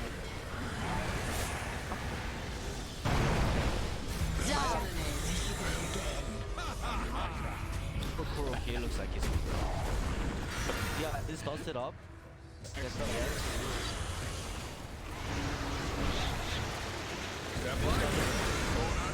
It's back. Sorry, stop on him. This is good still. Guys, have you guys seen Dyer's middle tower is under attack. I have it. Oh, there's firing off. Look how far, dude. Look at now. He's actually quite farmed this game. Like pretty much everybody this game. The top 7 are all pretty. Yeah, GH mind control is firing off in those lanes. But shut up to these fights, dude. You probably have the same net worth as the Dark Willow. That's what I mean. More important. That's what I mean by like look at not being like a team. I feel like 3 people drawing aggression, they commit too hard. Like GH. I feel like stats are not worth it. We're giving like Alliance to a chance to catch. Are they though? Because I mean, Ember's still farming. Well, I guess but they're not blowing them away right now in net worth. That's true. Imagine if they didn't. Alliance orbs would be a lot of. They have 2 really good counters to the cores of Alliance though. Like they've the Ember against Phantom Lancer, they've got Timber against Phantom Lancer, and against Brute. Good heroes. Problem is keep dying like past 5 minutes. Miracle, Ember, and Timber. Their items, I feel like they can be like.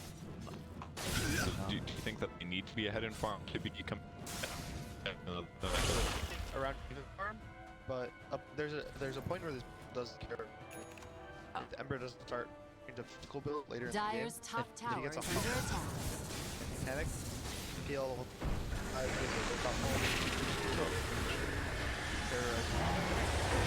Mega kill.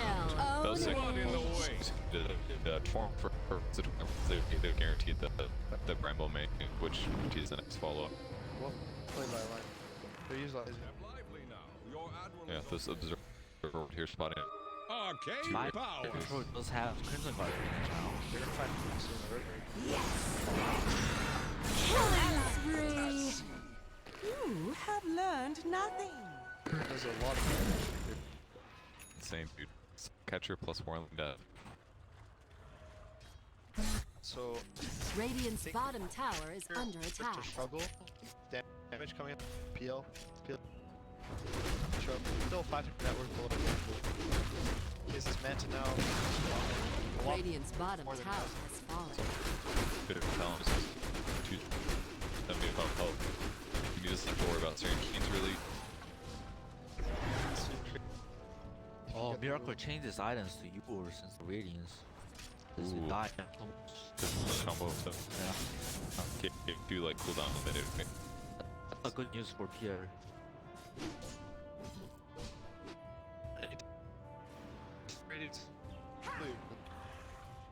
Yeah, and Ember so better.